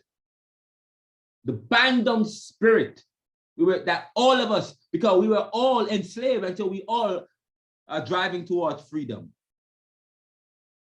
Embroiled. So okay, that's the first part. But when she goes on, listen to how however, she puts up a different picture here. She critiques herself. Yes, this sentence, in one sense, there was this drive. But in another sense, it was embroiled at times with what? A desire for the wayward, modernist art and literature of Europe. That was so much a part of the world of the westernized Indian bourgeoisie, and by extension, the westernized West Indian, the westernized West Indian bourgeois.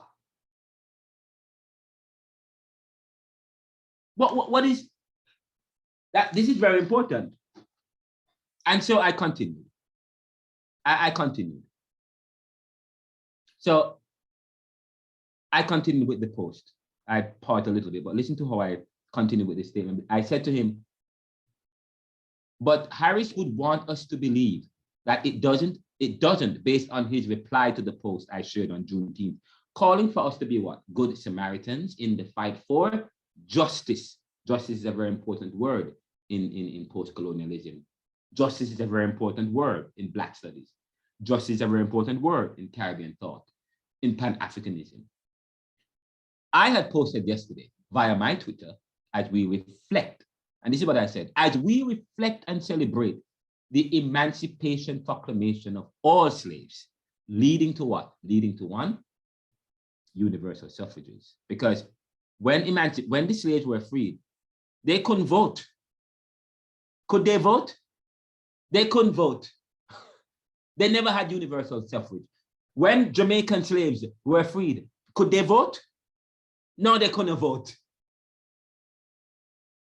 Emancipation did not mean universal suffrage.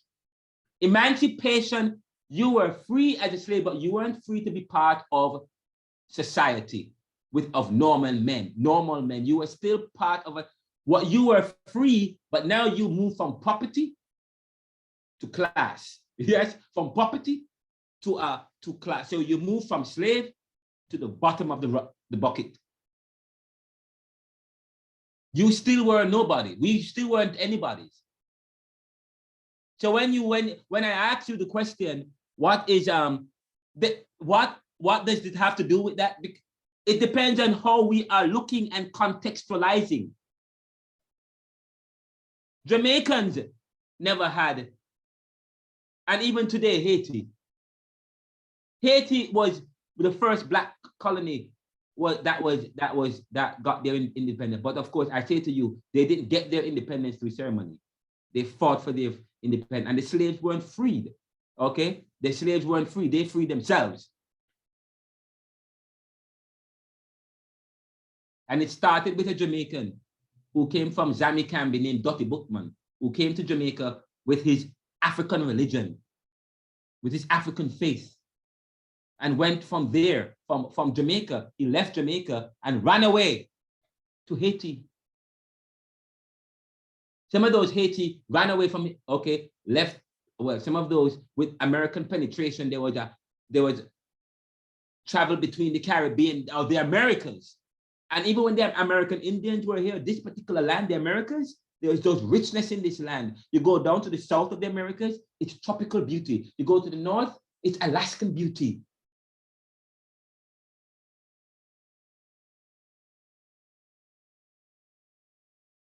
But I say to you, they were freed slaves, but they weren't free to vote.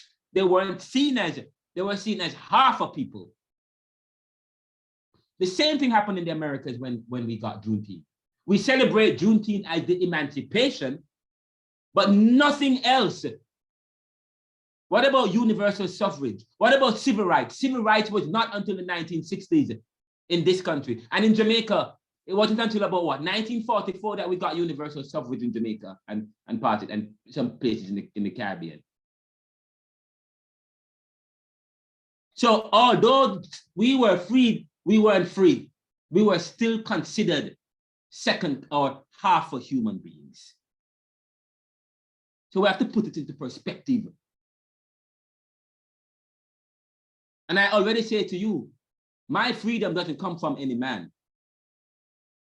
My freedom comes from the fact that I am a man. I'm a human being, just like any other person. No other person have any right to give me any freedom. My freedom is derived.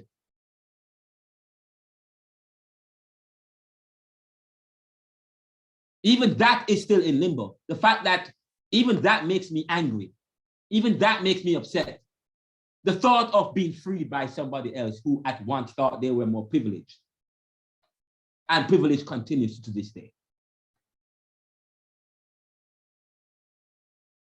And even after we have gotten freedom from the gods, even though we got freedom from the gods, because if we get it from somebody like us, then they are God's freedom, the freedom to be human, the freedom to exercise our human right that come from something external to us, that must be God.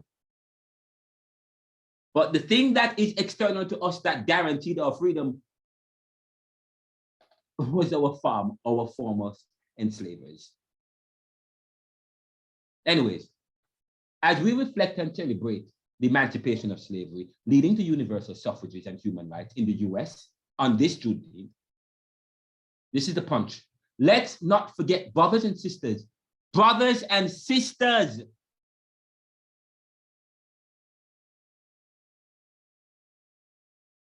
we talk about the brothers and sisters. CLR James talk about Fidel Castro. They are West Indians in the fight. They are from Latin Africa.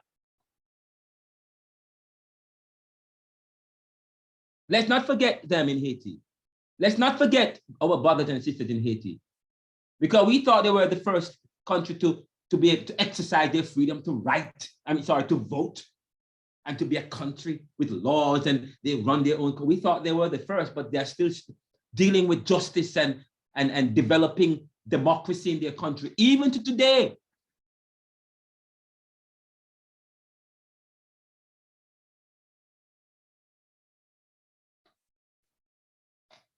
Renaldo Mckenzie, who may help? I'm in a class. Okay, give me 2 minutes. Okay, sorry about that, guys. So I said to you, let's.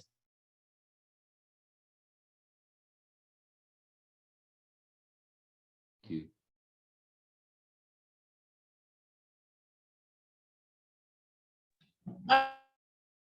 Not hearing you.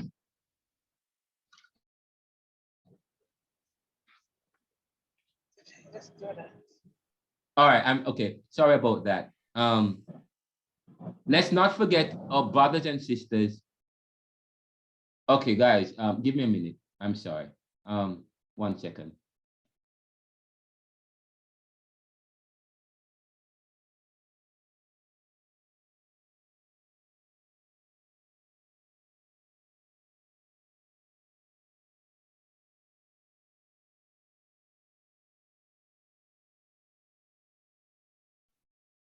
I'm sorry about that. I'm sorry about that, guys. I don't remember the point I was making, but anyways, I said that let's not forget brothers and sisters in Haiti still fighting. About Dr. Bookman, sir. Okay, but I think I've moved beyond that. But let's not forget our brothers and sisters in Haiti still fighting for these same rights. That's the most important part. Yeah, Dr. Bookman. We talk about Dr. Bookman coming from Haiti, from Africa. Semi-Gambi, right? Chantel, Semi-Gambi. Yes? Yes, sir, correct. And from there to Gambia, from there to Jamaica. And when we start to look at by the way, we're going to do Caribbean theology. And when I do that topic on Caribbean theology, don't just expect me to talk about Christian theology and systematic theology. I want to talk about the development of Caribbean theology and how it informs us. But more so, why do we have such a, as Omi Baba calls it, a position against our African tradition of faith? We'll talk about that. I want to talk about Obia. I want to talk about spiritism and voodoo and and Rastafarianism and so on. We're going to talk about a little bit about that in this class, which is very important to the development of Caribbean thinking and Caribbean theology. But how our European ideas have left our local nativist ideas about God, how that is put on the fringes, the back burner. That is the same thing that she's talking about here. Yeah, free world, but at the same time, we had a desire for the wayward modernist art and literature that was European. Let's not forget our brothers and sisters in Haiti for these same rights. That's human.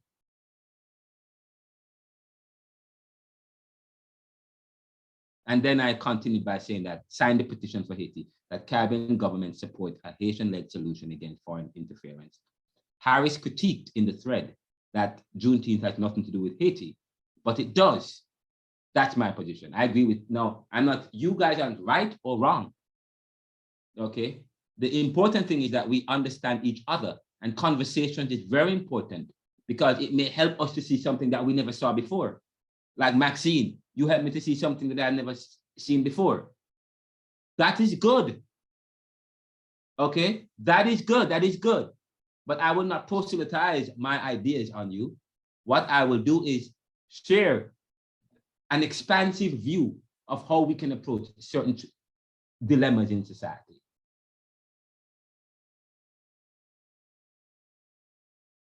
So yes, it does. In the words of C.L.R. James, and I quote, Fidel and the Cubans are not Black. Fidel and the Cubans are not Black. But their revolution was West Indian. They may not be Black, but the revolution is West Indian. The revolution is human. We're fighting for the same cause. Indeed, if one is not free, if one is not free, this is important. If one is not free, then none is. If one is not free, then none is.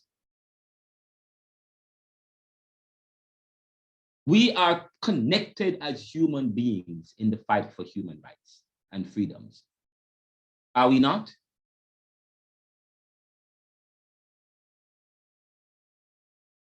So that question is, but you see, so if I were to ask you to revisit this question, how different would you answer it based on some of the new arguments and ideas I put forward? Okay, that's one of the questions that I would ask. Okay, how would you answer it? Would your position be the same based on the foregoing? Would it be the same? Anybody? Would you update your answer? For me, sir? Yeah. Well, no, you already said that you would. You think it does. But there are other students in the class who believe that it doesn't. So the question is, do you agree with me? Do you okay, but I know some of you don't disagree with me, but what are you thinking around how do you respond to that?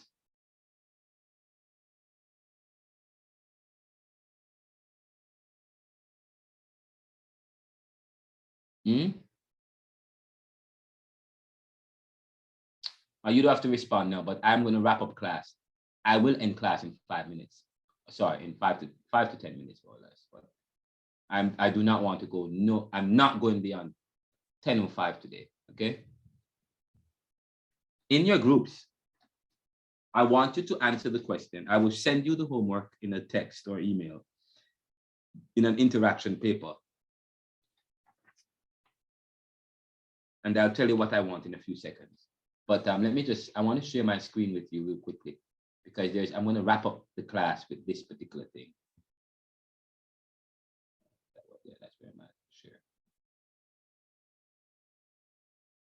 sure. This is from the Neoliberal Journals, the Neoliberal Post at RenaldoMckenzie.com. Am I still recording? Chantel? Yes, sir, you are recording.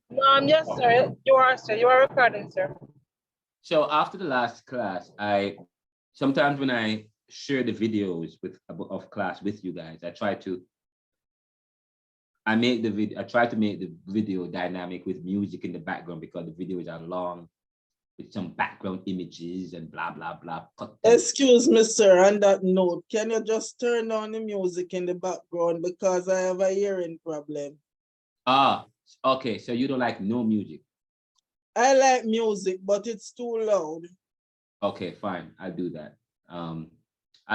But the music it's not throughout the entire recording, but I'll tone it down. Thank you for that editing tip. Thank you, I appreciate you for that. I will run with that. Now, revisiting Caribbean history, challenging narratives and cultivating a subaltern view. Last week, that's what we did. Last week, we revisited Caribbean history and we will be revisiting Caribbean history and we will trace it. I haven't finished. I have actually an outline I want to share with you. I don't know if I'm going to get through the entire thing, but I'm going to give you the actual thing in your hand. Okay, I think I might have sent it to you guys. I don't know. But the last class, it was more looking at revisiting Caribbean history, challenging narratives, and cultivating a subaltern view. I'm ending with this. And in the introduction, I said, and I wanted to note, look at how I interact with the class last week and how I was able to write it. So if ever you are asked to write an interaction summary of the class, I begin by saying in an academic way, in a thought-provoking lecture at Jamaica Theological Seminary in Caribbean thought, the exploration of Caribbean thought or Caribbean history from a subaltern perspective took center stage. The aim was to trace and revisit the currents and works that have shaped the Caribbean region since the seminal publication of Arawaks to Africans by Robert Greenwood and S. Amber in 1979. It's been updated since then. This lecture last week not only presented an outline of influential Caribbean works and thinkers, but also delved into their influences, emphasizing the profound impact they have had on the development of Caribbean life, philosophy, thought, and the interpretation of its history. Of course, I embedded this video in so you guys can watch that. But anyways, beyond that, first thing, questioning narratives, Greenwood's accounts and European influence. The lecture began by questioning the accounts put forth by Robert Greenwood in Arawaks to Africans, Greenwood's narrative, which seemingly portrayed the Taino people as disconnected from Africans and their presence in the Caribbean. This raised concerns about the influence of European history and philosophy on his interpretation of history.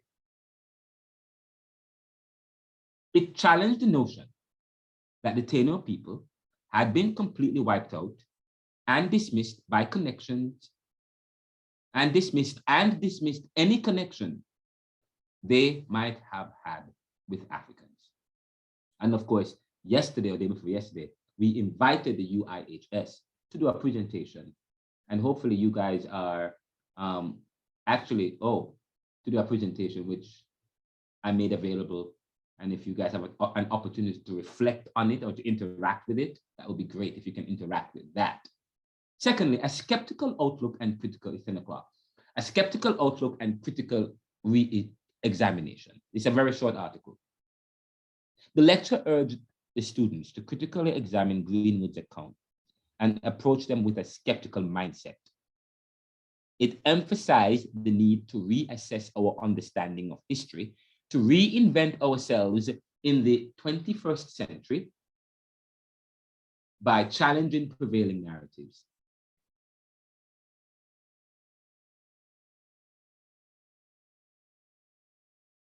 It is in doing so that we can uncover hidden connections, untold stories, and alternative perspectives that offer a more comprehensive understanding of Caribbean history and its people.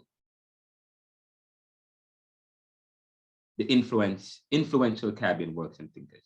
The lecture also provided an illuminating list. Well, it's not exhaustive. We only gave you 4 or 5, but we have a list of about 50 people that summarize that we will in PowerPoint presentation that you will get a chance to peruse. Works and thinkers whose contributions have shaped the region and influenced its trajectory. By exploring the influential voices, the lecture aimed at what? To shed light on the rich intellectual heritage that has been instrumental in defining Caribbean life, philosophy, thought, and historical interpretation.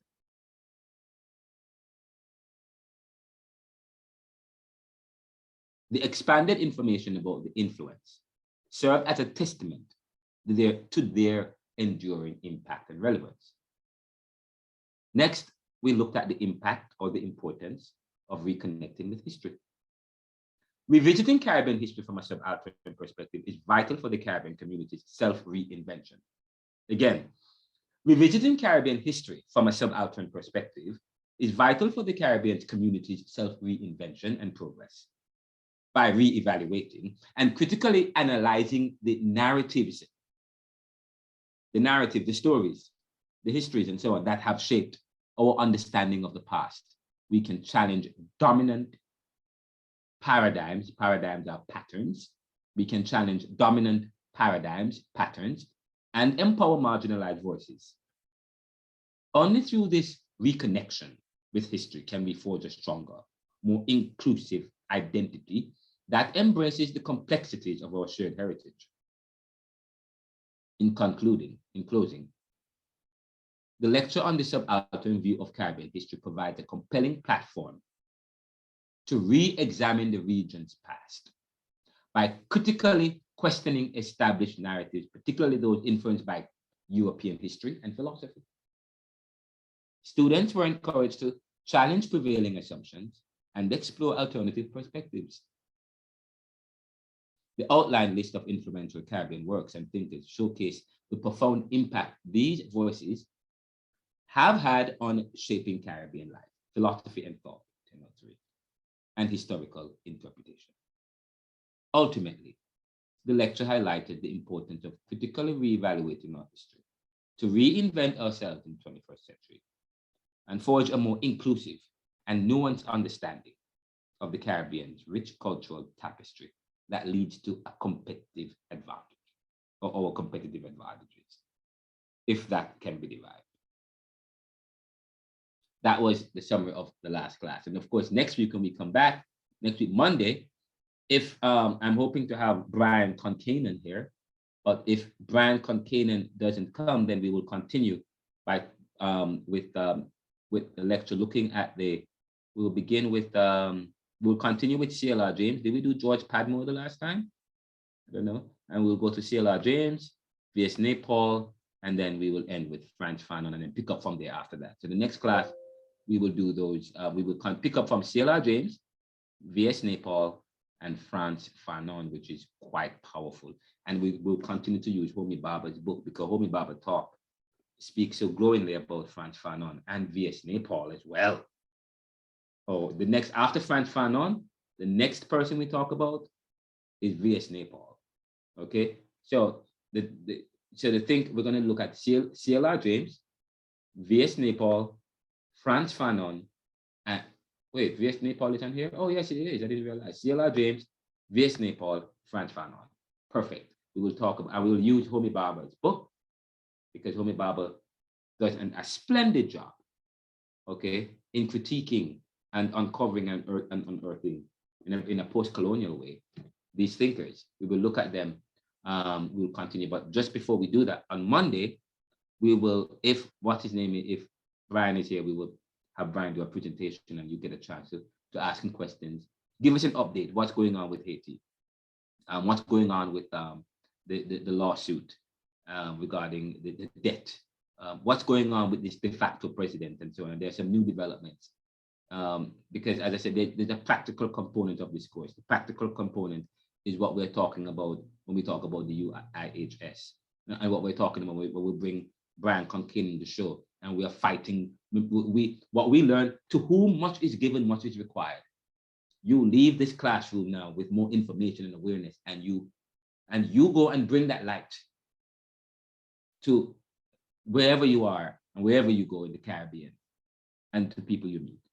Okay, and let them read the petition. I know some of you haven't read it, and I know some of you haven't signed it. There is no pressure. I'm not pressuring any of you to do anything. Okay, it's up to you. But I hope that you will consider it. And one thing before I go that I want, I did this at the last class, Caribbean theology. This is Caribbean theology. It should not have said that. I wanted to do a presentation on writing, but I don't think I have time for this. So next week, the first class, I'm gonna do this. Interaction paper, reflections and weekly material. When I ask you to write a weekly reflection paper, it should follow a particular flow, and I described it I have a PowerPoint presentation here that speaks to it, but I don't think we have time for that. So when we come back next week, I will begin with this. And it just, I think it's just 6 pages, a 6-page slide. Okay, but I think so we will talk about this when we come back before Brian presents. Okay. All right, and that's it for class for today. And then following next week, that's next week, Monday. Then Wednesday, again, what we're doing, life and death. Life and death. I can't wait for you guys to get into that. Well, that's it for class today. You guys were amazing. You guys have an assignment, interaction paper for this week. By the way, the interaction paper that you have, did I give you homework for Monday to interact with some of the ideas of the last class with the UIHS? Do an interaction paper talking about their presentation, what jumps out. I'm not going to tell you exactly what to do, just based on the presentation of UIHS and the understanding of heritage. How now would you approach the assignment to trace your heritage? That's it. How now would you approach it? That's it. Okay. How now would you approach it? Okay. So I think that was the thing you guys were supposed to continue. So do a reflection, do an interaction on that, and the question I asked. That's it for class. Thank you guys. And then there's another homework I want you to do, but it's too much. So, but what I'm going to do is, if you want an extra credit, so I'm going to give an extra credit, you can add this to the interaction for this week. In a small way, my early life was caught on the crossroads that marked the end of an empire. Empire meaning the post-colonial drive towards the new blah, blah, blah, blah. I'll send this excerpt to you guys. Sir, Yes. before you go, sir, I would like to remind them about there's a final paper. I'm not sure if it's going to be a group or an individual one. We can let them know. So they has to do a final paper. Yes, I don't know I think you may have gotten bumped off when we were talking about it, but I talked about it in passing earlier. But yes, I said to you guys will do a final essay paper. The final essay paper will be in your groups. So the groups that you just have, the group that you just formulated, that will be the group that you will work in order to complete the essay, the final 25-page essay. Okay, you will do a 25-page essay based on a topic related to the class. It could be a question from the syllabus that I have asked you guys to peruse, or it could be this while in the class, you might be intrigued about something. I leave it open to you guys as well. Okay, I will give you some topics you could do, like on urban Indian heritage and the challenge of Jamaican heritage. Okay, you could probably do something about that. You could make it into an ethnographic, into an anthropological work where you guys in your own groups, okay, are now having to revisit and research your own history and your heritage. Could be that. It could be something on compensation. There's a article I wrote, which I will share with you at the next class, or the following the next class, that looks at unpaid compensation. The same issue that deals with the fact that the same issue, Jamaicans slaves were freed in 1833. But it wasn't until 1865 that they received the proclamation that they were free. So does it mean that they are owed? Does it mean that they are owed any compensation? If they were freed, why were they working without compensation for almost 33 years? That's the class for today, guys. We will talk about that. Sir, will you email the homework? I will email the homework, yes.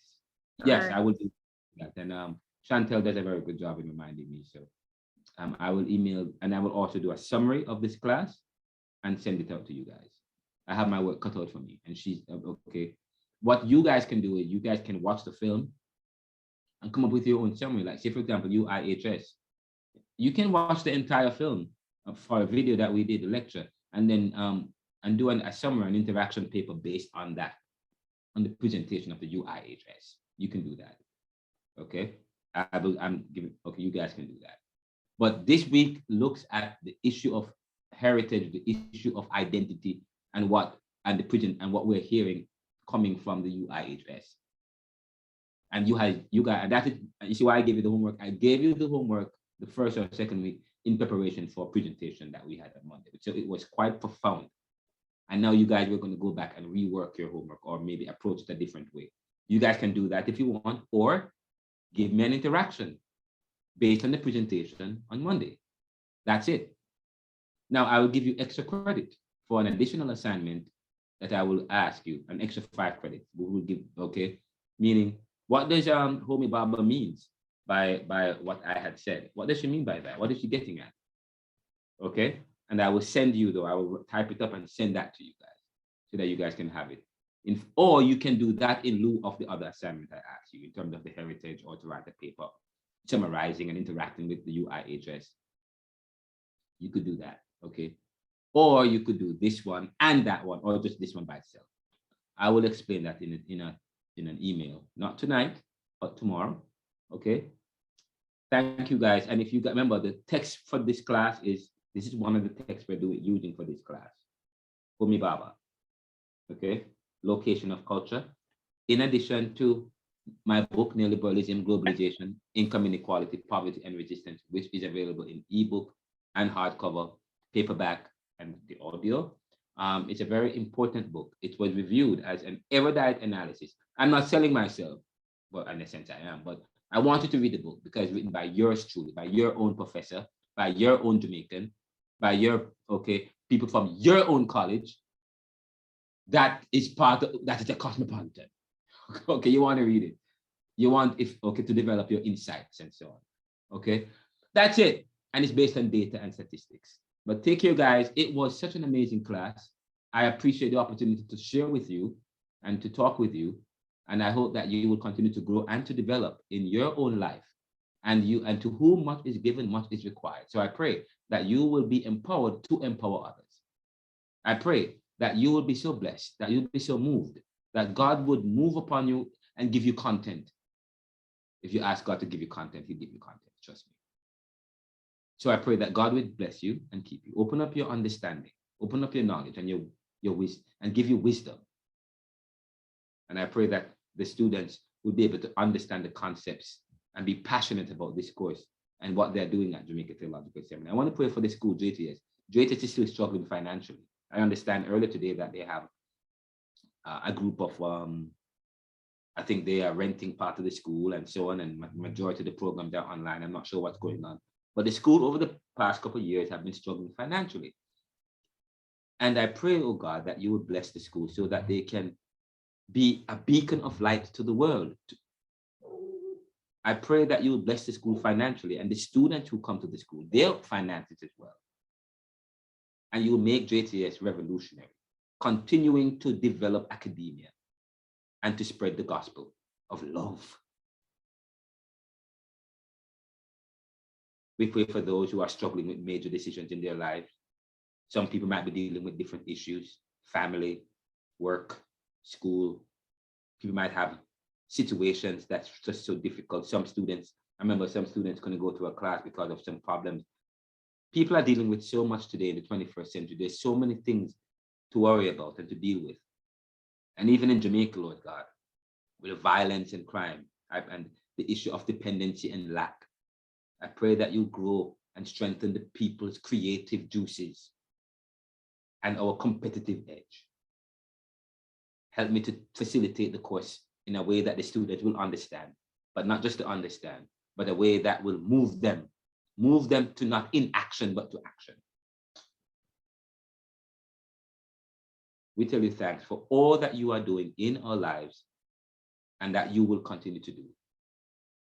And I pray, and somebody prayed some time ago, and they prayed it and it happened in such a way that they write it and put it in the Bible. So that experience is normative for me. So he says, knock and the door shall be open. Seek and ye shall find. Ask and it shall be given. Have we ever asked for a bread and you get a rock? Means that God is in tune and is responsive and sensitive to the issues of our lives. There are many people who may feel challenged by that piece of news. There are many people who because they are constantly praying and they're constantly not seeing any change in their lives. And many go away leaving, becoming more doubtful.